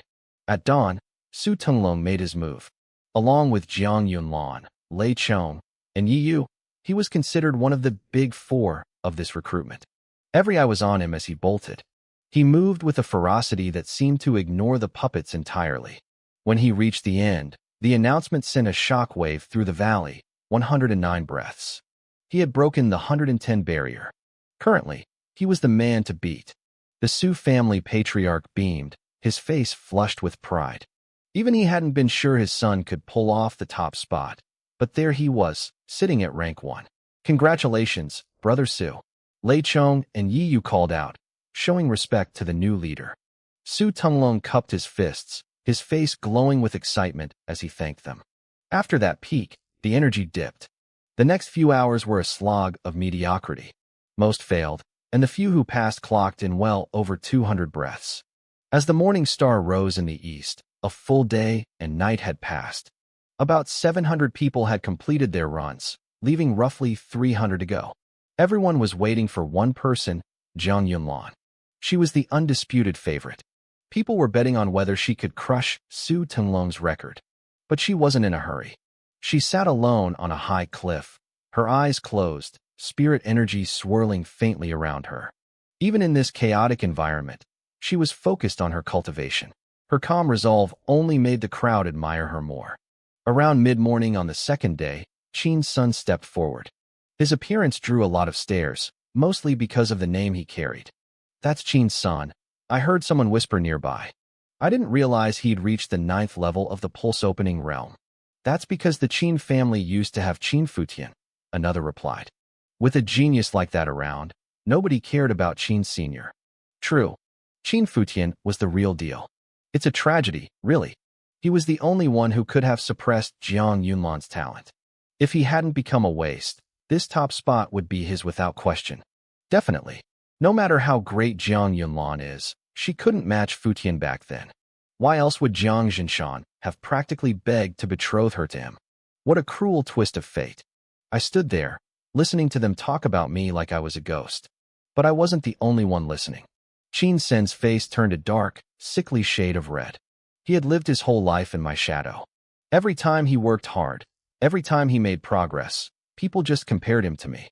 To the world, I was the sun, and he was just a flickering candle. The resentment in his eyes was palpable. He wanted to prove that now that I was broken, he was the only genius left in the Qin family. Qin's son marched into the valley, his jaw set tight. He wanted to erase my name with his performance. The moment he started, he exploded into motion. He was fast enough to rival Su Tenglong. He was using the falling leaf footwork, a black-grade movement technique. In a place like Cloud Storage City, a black-grade technique was the pinnacle of power. Most major clans only possessed the mid-grade versions as their ultimate secrets. I remembered that technique. I was the one who had nearly died at Falling Phoenix Mountain to secure a copy of it for the clan. Back then, the elders wouldn't even let me see the full manual. But Qin's son had been given everything. The full scrolls, the personal guidance of the elders, and all the resources he could eat. He reached the halfway point in just 50 breaths. He was moving like a gust of wind, dodging the puppets with practiced ease. The crowd began to cheer, impressed by his display. For a moment, it looked like the Qin family might actually have a new star. The crowd went wild. I watched as Qin's son crossed the finish line, his chest heaving, his face flushed with a mix of exhaustion and arrogance. 106 breaths. The number echoed through the valley like a thunderclap. It was faster than Lei Chong, faster than Su Tenglong, and faster than Yi Yu. For a moment, the entire Qin family seemed to swell with pride. They hadn't expected this. They thought they had lost their only star when my Dantian shattered, but here was Qin's son, stepping out of my shadow and into the light. Up on the hillside, the atmosphere shifted instantly. I saw the heads of the other great clans swarming around Qin Tianxiong, their faces plastered with fake, oily smiles. "Congratulations, clan leader Qin," one of them shouted. "The Qin family truly breeds geniuses. With this performance, Qin's son is guaranteed a spot in the Heaven Sword sect." "Brother Qin," another chimed in, leaning closer. "I have a daughter, very beautiful, quite talented herself. Perhaps we should discuss an engagement for Qin's son?" They were falling over themselves to get close to him, acting like I never existed. They even started comparing him to me. In my opinion, someone remarked loud enough for everyone to hear, "Qin Sen's talent isn't below that of the former Qin Futian." Qin Tianxiong loved every second of it. He tried to act humble, but the smug look on his face gave him away. "You flatter him too much," he said, waving a hand dismissively. "My grandson has always been diligent. He just prefers to stay out of the spotlight, unlike some who were arrogant and loved to show off." He didn't have to say my name. Everyone knew who he was talking about. He went on, his voice dripping with disdain for me. "If we're being honest about raw talent, Qin Futian never actually measured up to Qin Sr. Sun is focused. He isn't distracted by external things." Even the city lord, Peng Yen, walked over to offer his praise. In Cloud Storage City, the city lord's office represented the imperial government. They had the power to move thousands of troops and held deep connections with the major sects. Even a man as proud as Qin Tianxiong stood up quickly, showing a level of respect he gave to no one else. "A new genius for the Qin family is a light for our entire city," Peng Yen said with a smile. Qin Tianxiong beamed. I could see the thought crossing his mind. With Qin's son, who needs Qin Futian? The first round was reaching its peak. Qin Sen's name was on everyone's lips, and people were already placing bets on him winning the entire selection. But there was still one person left, Jiang Yunlan. She had been sitting quietly on a blue stone all morning, ignored by the chaos. As the sun reached its zenith, she finally stood up.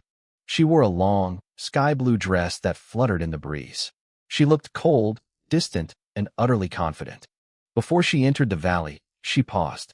Her eyes scanned the crowd, searching for someone. When she didn't find who she was looking for, a small, mocking smile touched her lips.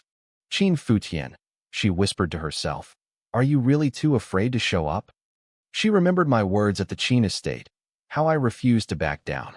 But now, seeing that I wasn't there, she felt a flicker of disappointment. To her, I was just a coward who couldn't face reality. Then, she moved. She was like a blue phantom.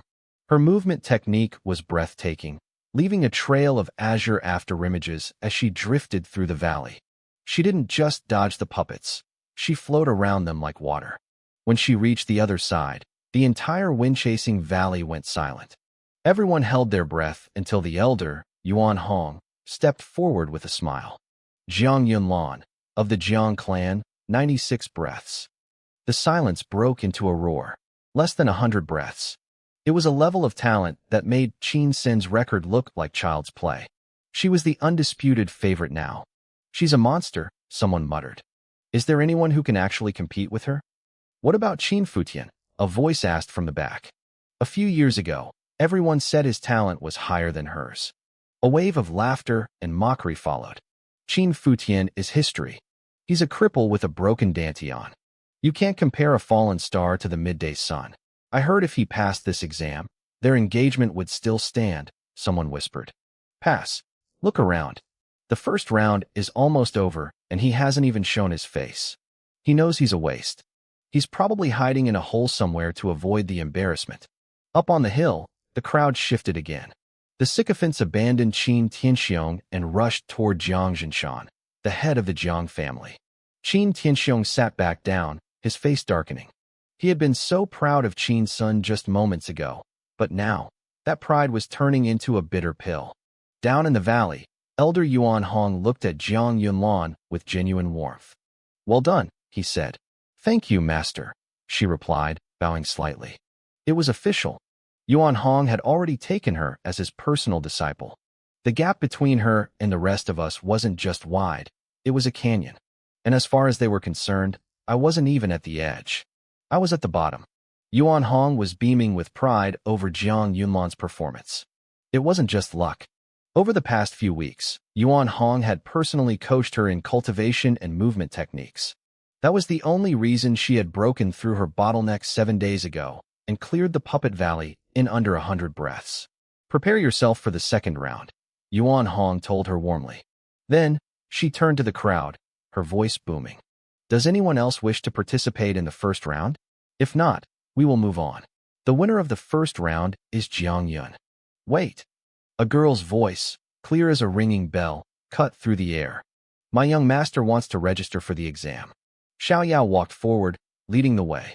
She wore a simple green dress, but she looked different. Her skin was fair, her eyes were bright, and she carried an air of elegance that seemed to float above the mundane world. For a moment, the crowd was stunned. They realized this maid's beauty was actually on par with Jiang Yunlan's. But while Jiang Yunlan was cold and arrogant, Xiao Yao felt warm and full of life. Who is that? I've never seen such a beautiful girl in Yunsong City, someone gasped. That must be Qin Futian's maid, another replied. How do you know? Are you blind? Look who's behind her. The crowd's focus shifted instantly to the young man in white walking behind her. I felt their stares, but I didn't care. I wore a simple white robe, my hair flowing freely. I walked with a calm, detached grace, looking like a sword immortal who had descended from the heavens. Even Jiang Yunlan froze for a second, her eyes widening. The whispers started immediately. It really is Qin Futian. Why is he here? Isn't his dantian shattered? He's a cripple. Jiang Yunlan's expression shifted. She walked toward me, her eyes flickering with a strange emotion. Qin Futian, I thought you wouldn't dare show your face. Her voice wavered slightly. She could feel that I was different today, and that realization made her uneasy. She hated that feeling. I looked at her with total indifference. Why wouldn't I come? Didn't we agree that today's exam would decide the fate of our engagement? My voice was flat. To me, she was nothing more than a speck of dust. This bothered her even more. In the past, I had been proud, but I had never been this cold to her. I had even tried to please her back then. She couldn't handle the shift in power. Why bother? She sneered, her face twisting into a mask of mockery. If you hadn't come, the engagement would have ended quietly. But you came here with a broken dantian just to save face? You're going to fail, and you'll be humiliated in front of everyone. I looked at her and shook my head, a cold smile touching my lips. You think you know me? A summer insect cannot understand ice. A frog in a well cannot conceive of the ocean. To me, you are nothing but an ant. I meant every word. Jiang Yunlan flushed with anger. Self-righteous to the end, she hissed. She didn't want to waste any more breath on me. Did you bring the marriage contract? I brought it, I said, holding up a roll of red paper. Good, she nodded. Remember your promise. If you fail the Heavenly Sword Sect entrance exam, you will tell everyone yourself that we are finished. From then on, we will have no connection whatsoever. She looked at me with pure disgust, as if she couldn't wait to scrub my name from her life. I just smiled coldly. I felt the same way. The crowd was losing its mind.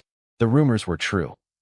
The head of the Jiang family, Jiang Zhinshan, had purposefully leaked the details of our bet. Everyone knew that if I passed, even as a lowly handyman disciple, the engagement stayed. If I failed, it was over. The Jiang family really played him, someone whispered. They know he can't pass. When he fails, people will just call him useless instead of blaming the Jiangs for being heartless. If I were him, I would have stayed home. A man should have some self-awareness. He's just here to have his last bit of dignity crushed.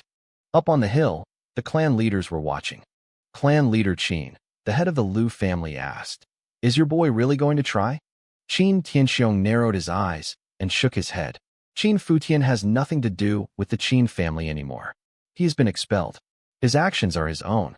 Inside, Qin Tianxiong was baffled.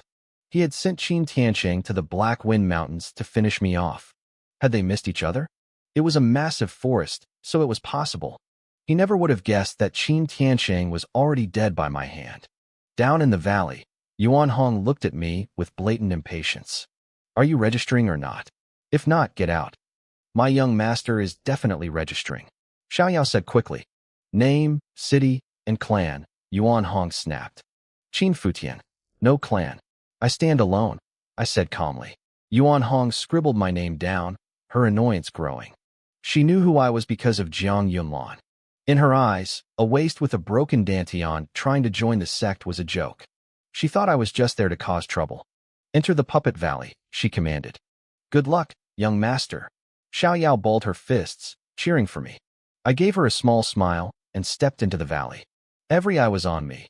Some were pitying, some were mocking, but most were just waiting to watch me fail. I stepped forward. My first move didn't look fast, but the ground seemed to shrink beneath my feet. With one stride, I cleared 30 feet. The valley blurred. After images of my body flickered through the passage like ghosts. Before one faded, another appeared further ahead. In less than 20 breaths, I had already bypassed half the mechanical puppets. The second half was supposed to be the real nightmare. 2 puppets there had the strength of Qi Si realm masters, and the number of standard puppets doubled. To everyone else, it was a death trap. To me, it was nothing. I might only be in the pulse opening realm right now, but I possessed the memories of a god emperor. I knew countless movement techniques.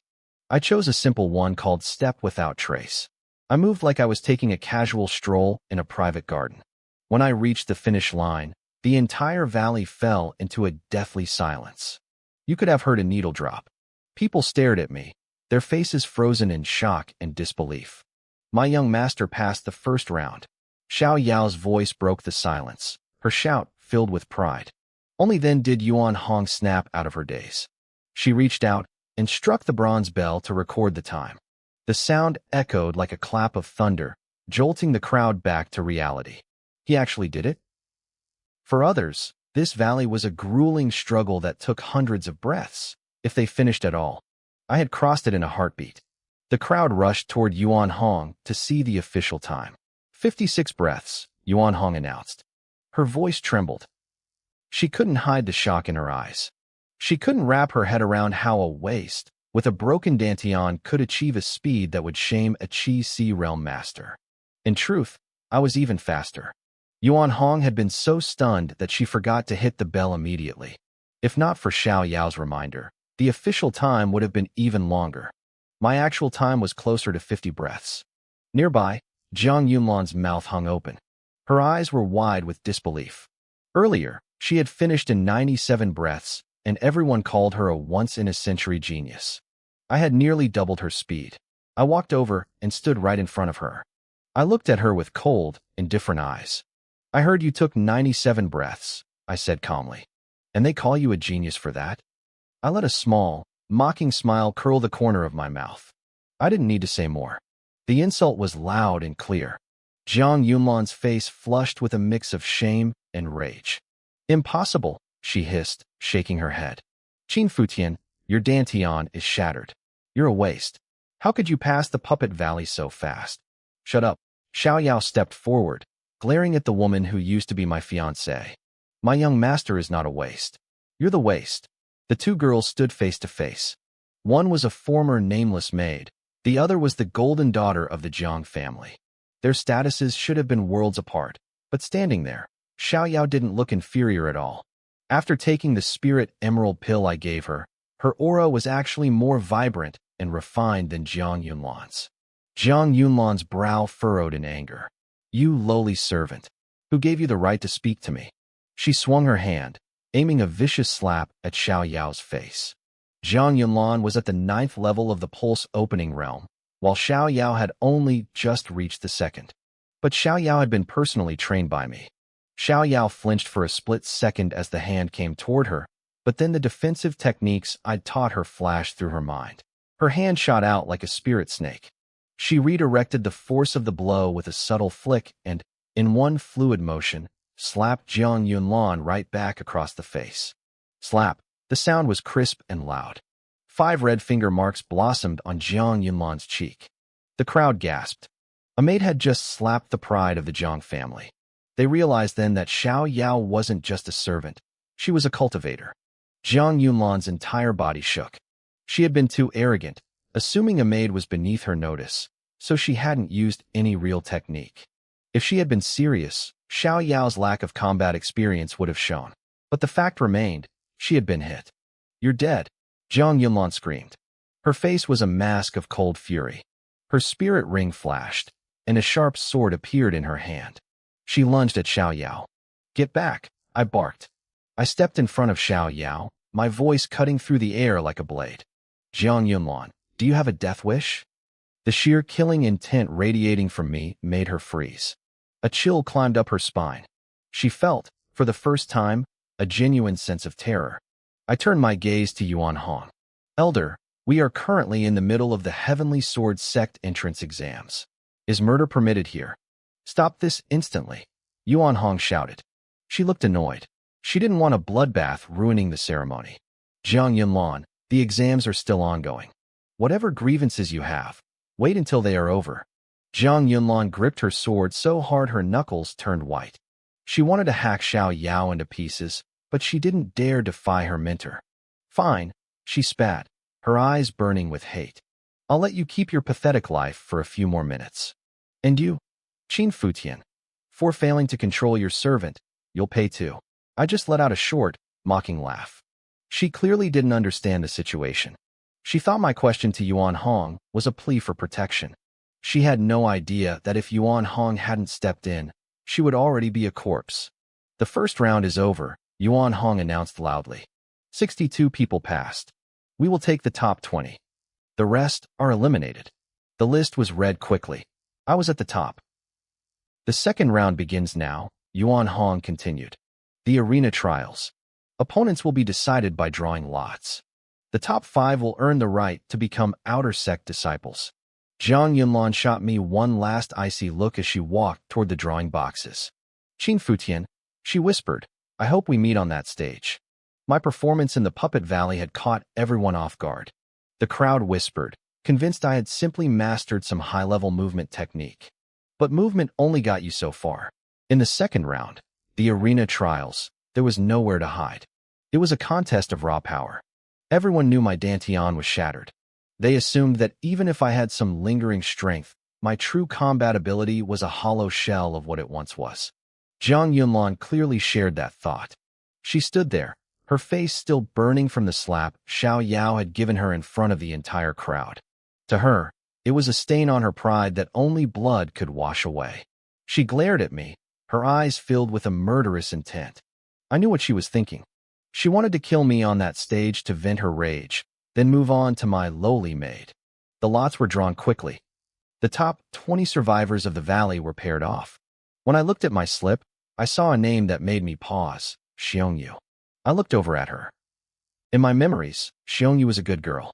She was the daughter of Xiong Buyue, the head of the Xiong family in Yunsong City.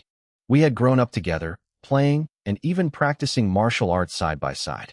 For a long time, she was like a little shadow, following me wherever I went, even trying to join me in fights until her father dragged her back by the collar.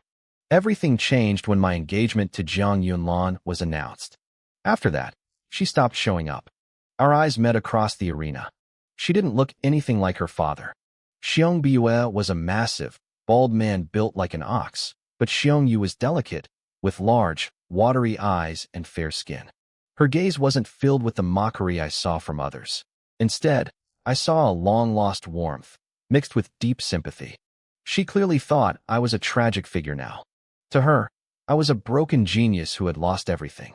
Brother Futian, she whispered, walking over to me after a moment of hesitation. Her voice was just as I remembered, shy and soft. Xiaoyu, I said, a genuine smile touching my lips. Since the news of my shattered dantian broke, people who used to flatter me had turned cold and cruel. Seeing her like this gave me a rare sense of warmth. Some things in this world hadn't changed. Brother Futian, I've wanted to visit you. I heard about your dantian. She bit her lip, looking down. But my father wouldn't let me go to the Qin estate. Silly girl, I'm fine, I laughed. She leaned in closer, her voice dropping so low it was almost a breath. Brother Futian, don't worry about the match. I won't make you look bad. Or, I can just let you win. I'll pretend I can't handle your attack and let you knock me out of the ring. Okay. I shook my head, amused. She really did pity me. While we talked, the other top contenders like Lei Chong, Su Tenglong, and Qin Sin finished drawing their numbers. Qin's son stepped off the stage, his eyes locking onto mine. I could practically hear him screaming internally. He had finished the Puppet Valley in 106 breaths, a feat that should have made him the star of the city. He thought he had finally stepped out of my shadow. But the moment I appeared, the spotlight shifted back to me. I had crushed his moment without even trying. "You're lucky we didn't meet this round," his eyes screamed. "Otherwise, I'd step on you in front of everyone to prove I'm the better man." The matches began. It was a brutal call to get the top 10. Most fights were short and violent. Lei Chong and Su Tunglong crushed their opponents with ease. Then came Qin's son. He fought Hong Wunyan, a talented 14-year-old from the Hong family. Hong was strong, but he was only at the 7th level of the pulse-opening realm. Qin's son eventually overwhelmed him, securing his spot in the top 10. Jiang Yunlan followed, winning her match without breaking a sweat. Finally, it was my turn. The crowd leaned in. They didn't expect a masterpiece, but they were dying to see exactly how much strength I had left. A man with a broken dantian was supposed to be a cripple. They wanted to see the waist in action. I stepped onto the stage. Xiongyu followed, looking nervous for me. "Brother Futian, maybe we shouldn't use spirit energy to attack," she suggested softly. "Anything is fine," I smiled, gesturing for her to start. She moved quickly, her fists striking out like twin dragons. It was the Xiong family's dragon-slaying punch. I raised my palms to meet her. When her fists hit my hands, she gasped. It was like hitting a wall of solid iron. "Xiaoyu, your power delivery is off," I said, holding her fists in place. "The key to the dragon-slaying punch is the hidden force. Your stance is wrong, which is why your punch lacks the necessary impact." Her eyes widened. "Then, what should I do?" She pulled back, looking at me like a student eager for a lesson. "Your stance should be the dragon-shaped stance. Most people think it's just a visual pose, but that's where they're wrong." I started explaining the mechanics, even demonstrating the posture right there on the stage. The audience was stunned. Everyone else was fighting for their lives, but here we were, treating a high-stakes exam like a private tutoring session. Xiongyu adjusted her stance and tried again. This time, the power was different. I could see the realization dawn on her face as she broke through a bottleneck that had likely bothered her for months. "Good," I nodded. Her talent was actually quite high, better than the original Qin Xingyao, though not as good as the current one. I reached into my robe and pulled out a green pill. I had refined a few batches of emerald spirit pills before coming to the mountain today. "Xiaoyu, take this." Refining those emerald spirit pills before heading to the mountain was the right move. I handed the green pill to Xiongyu. She took it without hesitation, not even asking what it was. That kind of trust was rare. As soon as she swallowed it, her eyes snapped open. The medicinal power hit her like a tidal wave. "Brother Futian, this medicine, it's too precious," she whispered, her voice trembling. She knew exactly what it was the moment the energy began to spread through her meridians. "Xiaoyu, don't tell a soul about this pill," I said softly. She nodded quickly, her gaze lingering on me with deep gratitude. "I understand. Thank you, Brother Futian." She looked at the crowd, then back at me. "For this match, I forfeit." I didn't stop her. She needed to sit down and refine that pill immediately to break through her current bottleneck. "Be careful of Jiang Yunlan," she warned, leaning in close. "If you can't win, just give up early. Don't push yourself too hard." She walked off the stage, leaving everyone in the audience speechless. She didn't care about the exam anymore. She had something better. But up on the hillside, her father, Xiong Biyue, was turning a deep shade of purple. He was furious. He knew his daughter had a crush on me, but he never expected her to throw away a chance to join the Heavenly Sword sect just to give me a free pass. Jiang Zhinshan, Jiang Yunlan's father, couldn't help but twist the knife. "Brother Xiong, your daughter is certainly devoted." He chuckled, sounding fake and sympathetic. "It's a shame. With her talent, she could have easily made the top 5. To give it up for a waste like Qin Futian? Truly a tragedy." Xiong Buyue ignored him, but I could see his fists clenching. He was probably planning to lock Xiaoyu in her room for a month after this. The proctor, Yuan Hong, looked surprised as well. She hadn't expected the match to end in a forfeit, but she had to announce it. "Winner, Qin Futian. He advances to the top 10. The crowd erupted in whispers. Jiang Yunlan and Qin Sun looked disappointed. They wanted to see me bleed, but instead, I had lucked my way into the next round. To them, I was just a dog with a lucky streak. Next came the drawing for the 5-on-5 matches. This was where things got serious. The first pair was Lei Chong against Wu Yunhao. Lei Chong looked relaxed. He was the stronger fighter. Wu Yunhao looked like he wanted to cry. He had been praying to draw me. In his mind, I was the only easy win left in the pool. In fact, everyone was looking at me like I was a golden ticket. They thought my shattered dantian meant I had no stamina. They thought I was a one-hit wonder who used up all my energy in the previous round. The second pair, Yiyu versus Su Tinglong. The crowd gasped at that one. Two heavyweights clashing early. The third pair, Jiang Yunlan versus Lu Xingyun. Jiang Yunlan looked annoyed. She didn't care about Lu Xingyun. She wanted to be the one to humiliate me on stage. She wanted to show the world that I was beneath her. The fourth pair, Su Kuei versus Qin Sun. And finally, the fifth pair, me against Gong Sun Hong. The moment my name was called, people started congratulating Gong Sun Hong like he'd already won. They saw me as a points delivery boy. But Gong Sun Hong didn't look happy. He frowned, his eyes darting toward me with hesitation, as if he were weighing a very difficult decision. As I walked past Qin Sun, he leaned in and hissed, "You got lucky again, Futian. I wanted to crush you myself so the clan would finally see I'm the real genius. It's a pity you'll lose to Gong Sun Hong before I get the chance." I didn't stop walking. I just gave him a thin smile. "Maybe not. We might still meet in the next round. I'll be waiting for you to try." The matches started immediately. Lei Chong and Wu Yunhao took the stage. There was no trash talk, just violence. Lei Chong moved like a bolt of lightning, his heavy blade cutting through the air with terrifying speed. Wu Yunhao fought back with a silver dragon-patterned spear, his movements fluid and fierce. It was a clash of raw power, but Lei Chong's 9th-level cultivation was simply too much. Every time their weapons collided, the shockwave echoed through the arena. It was clear who would win, but I wasn't watching them. I was looking at the others, waiting for my turn to show them exactly what a waste could do. The suppression was immediate. Lei Chong moved with a savage efficiency that Wu Yunhao couldn't match.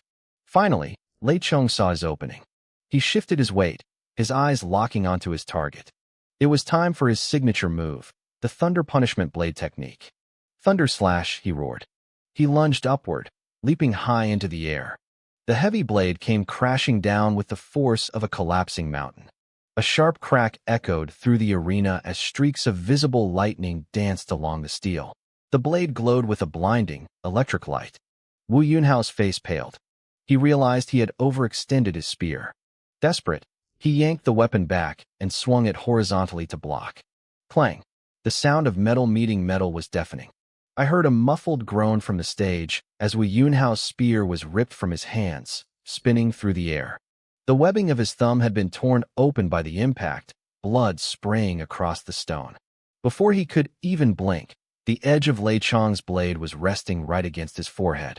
Lei Chong stopped. He didn't finish it. "Brother Yunhao, I believe that's enough," Lei Chong said calmly.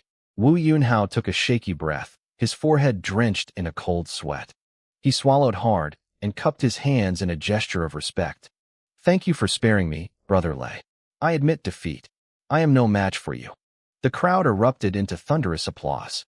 It was a clean, decisive victory, handled with the kind of grace you don't often see in these circles. The second match followed quickly, Yiyu versus Su Tinglong. This was the heavyweight bout of the round. Before they even stepped up, the atmosphere was electric. This was the fight everyone wanted to see, the one where the outcome was a total coin flip. They stepped onto the stage, exchanged a brief, curt nod, and then the world exploded into motion. Yiyu used a blade as well, though it was smaller and lighter than Lei Chong's. He didn't rely on raw power. His movements were fluid, elegant, and incredibly fast. Every strike was a blur of silver. Su Tinglong fought with a massive halberd. His style was similar to Wu Yunhao's, but within seconds, it was clear he was on a completely different level. The two of them traded blows with terrifying intensity. 10 rounds turned into 50, then 100. "Young master," a voice whispered beside me. It was Xiao Yao. She was watching the stage with wide, curious eyes. Now that she had started her own path as a cultivator, she was fascinated by the high-level combat. Why can Lei Chong and the others project their spiritual energy outside their bodies? I thought only those in the sea realm could do that. I gave her a small smile. Normally, you're right. You need a stabilized Qi Si to project energy. But these people aren't your average cultivators. At least, not by the standards of Liangzhou. They are the top geniuses here. At the 9th level of the pulse opening realm, their sheer talent allows them to push their limits. I pointed toward the stage as Su Tenglong swung his halberd. Plus, high-grade martial arts help. They're all using earth-grade techniques. When you use a technique of that caliber, projecting energy becomes much easier. Xiao Yao nodded, her expression one of sudden realization. I see. Thank you, young master. On the stage, the fight reached its breaking point. Neither man was holding back anymore. Su Tenglong's halberd carved brilliant arcs of light through the air, while Yi Yu's blade created a canopy of shimmering steel that seemed to cover the sky. By the end, both were covered in blood. Their clothes were shredded, and their bodies were a map of deep cuts and bruises. It was brutal. In the final exchange, Su Tenglong managed to find a half-step advantage. He connected with a devastating strike that sent Yi Yu flying off the stage. Su Tenglong won, but he was barely standing. The Su family immediately rushed their best healers to him, feeding him rare pills to stabilize his condition. If he recovered, he'd fight in the next round. If not, he'd settle for his current rank. Being in the top 5 already guaranteed him a spot as an outer disciple, which was a victory in itself for his family.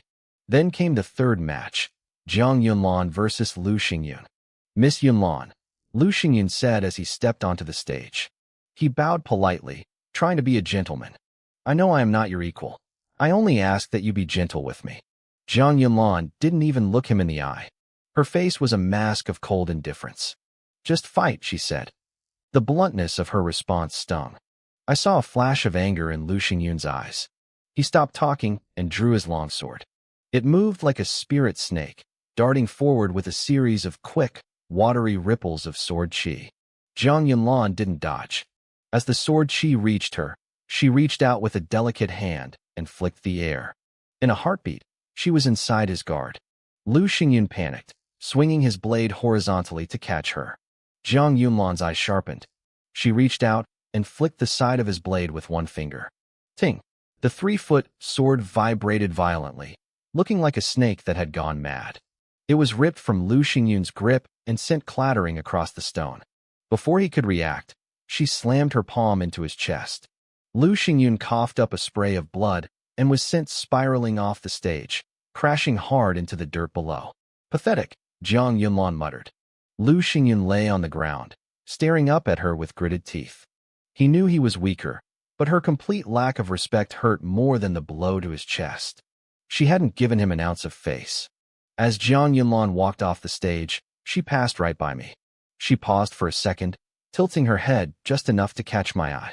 Qin Futian, she said, her voice like ice. You're up next. I hope you don't lose too embarrassingly.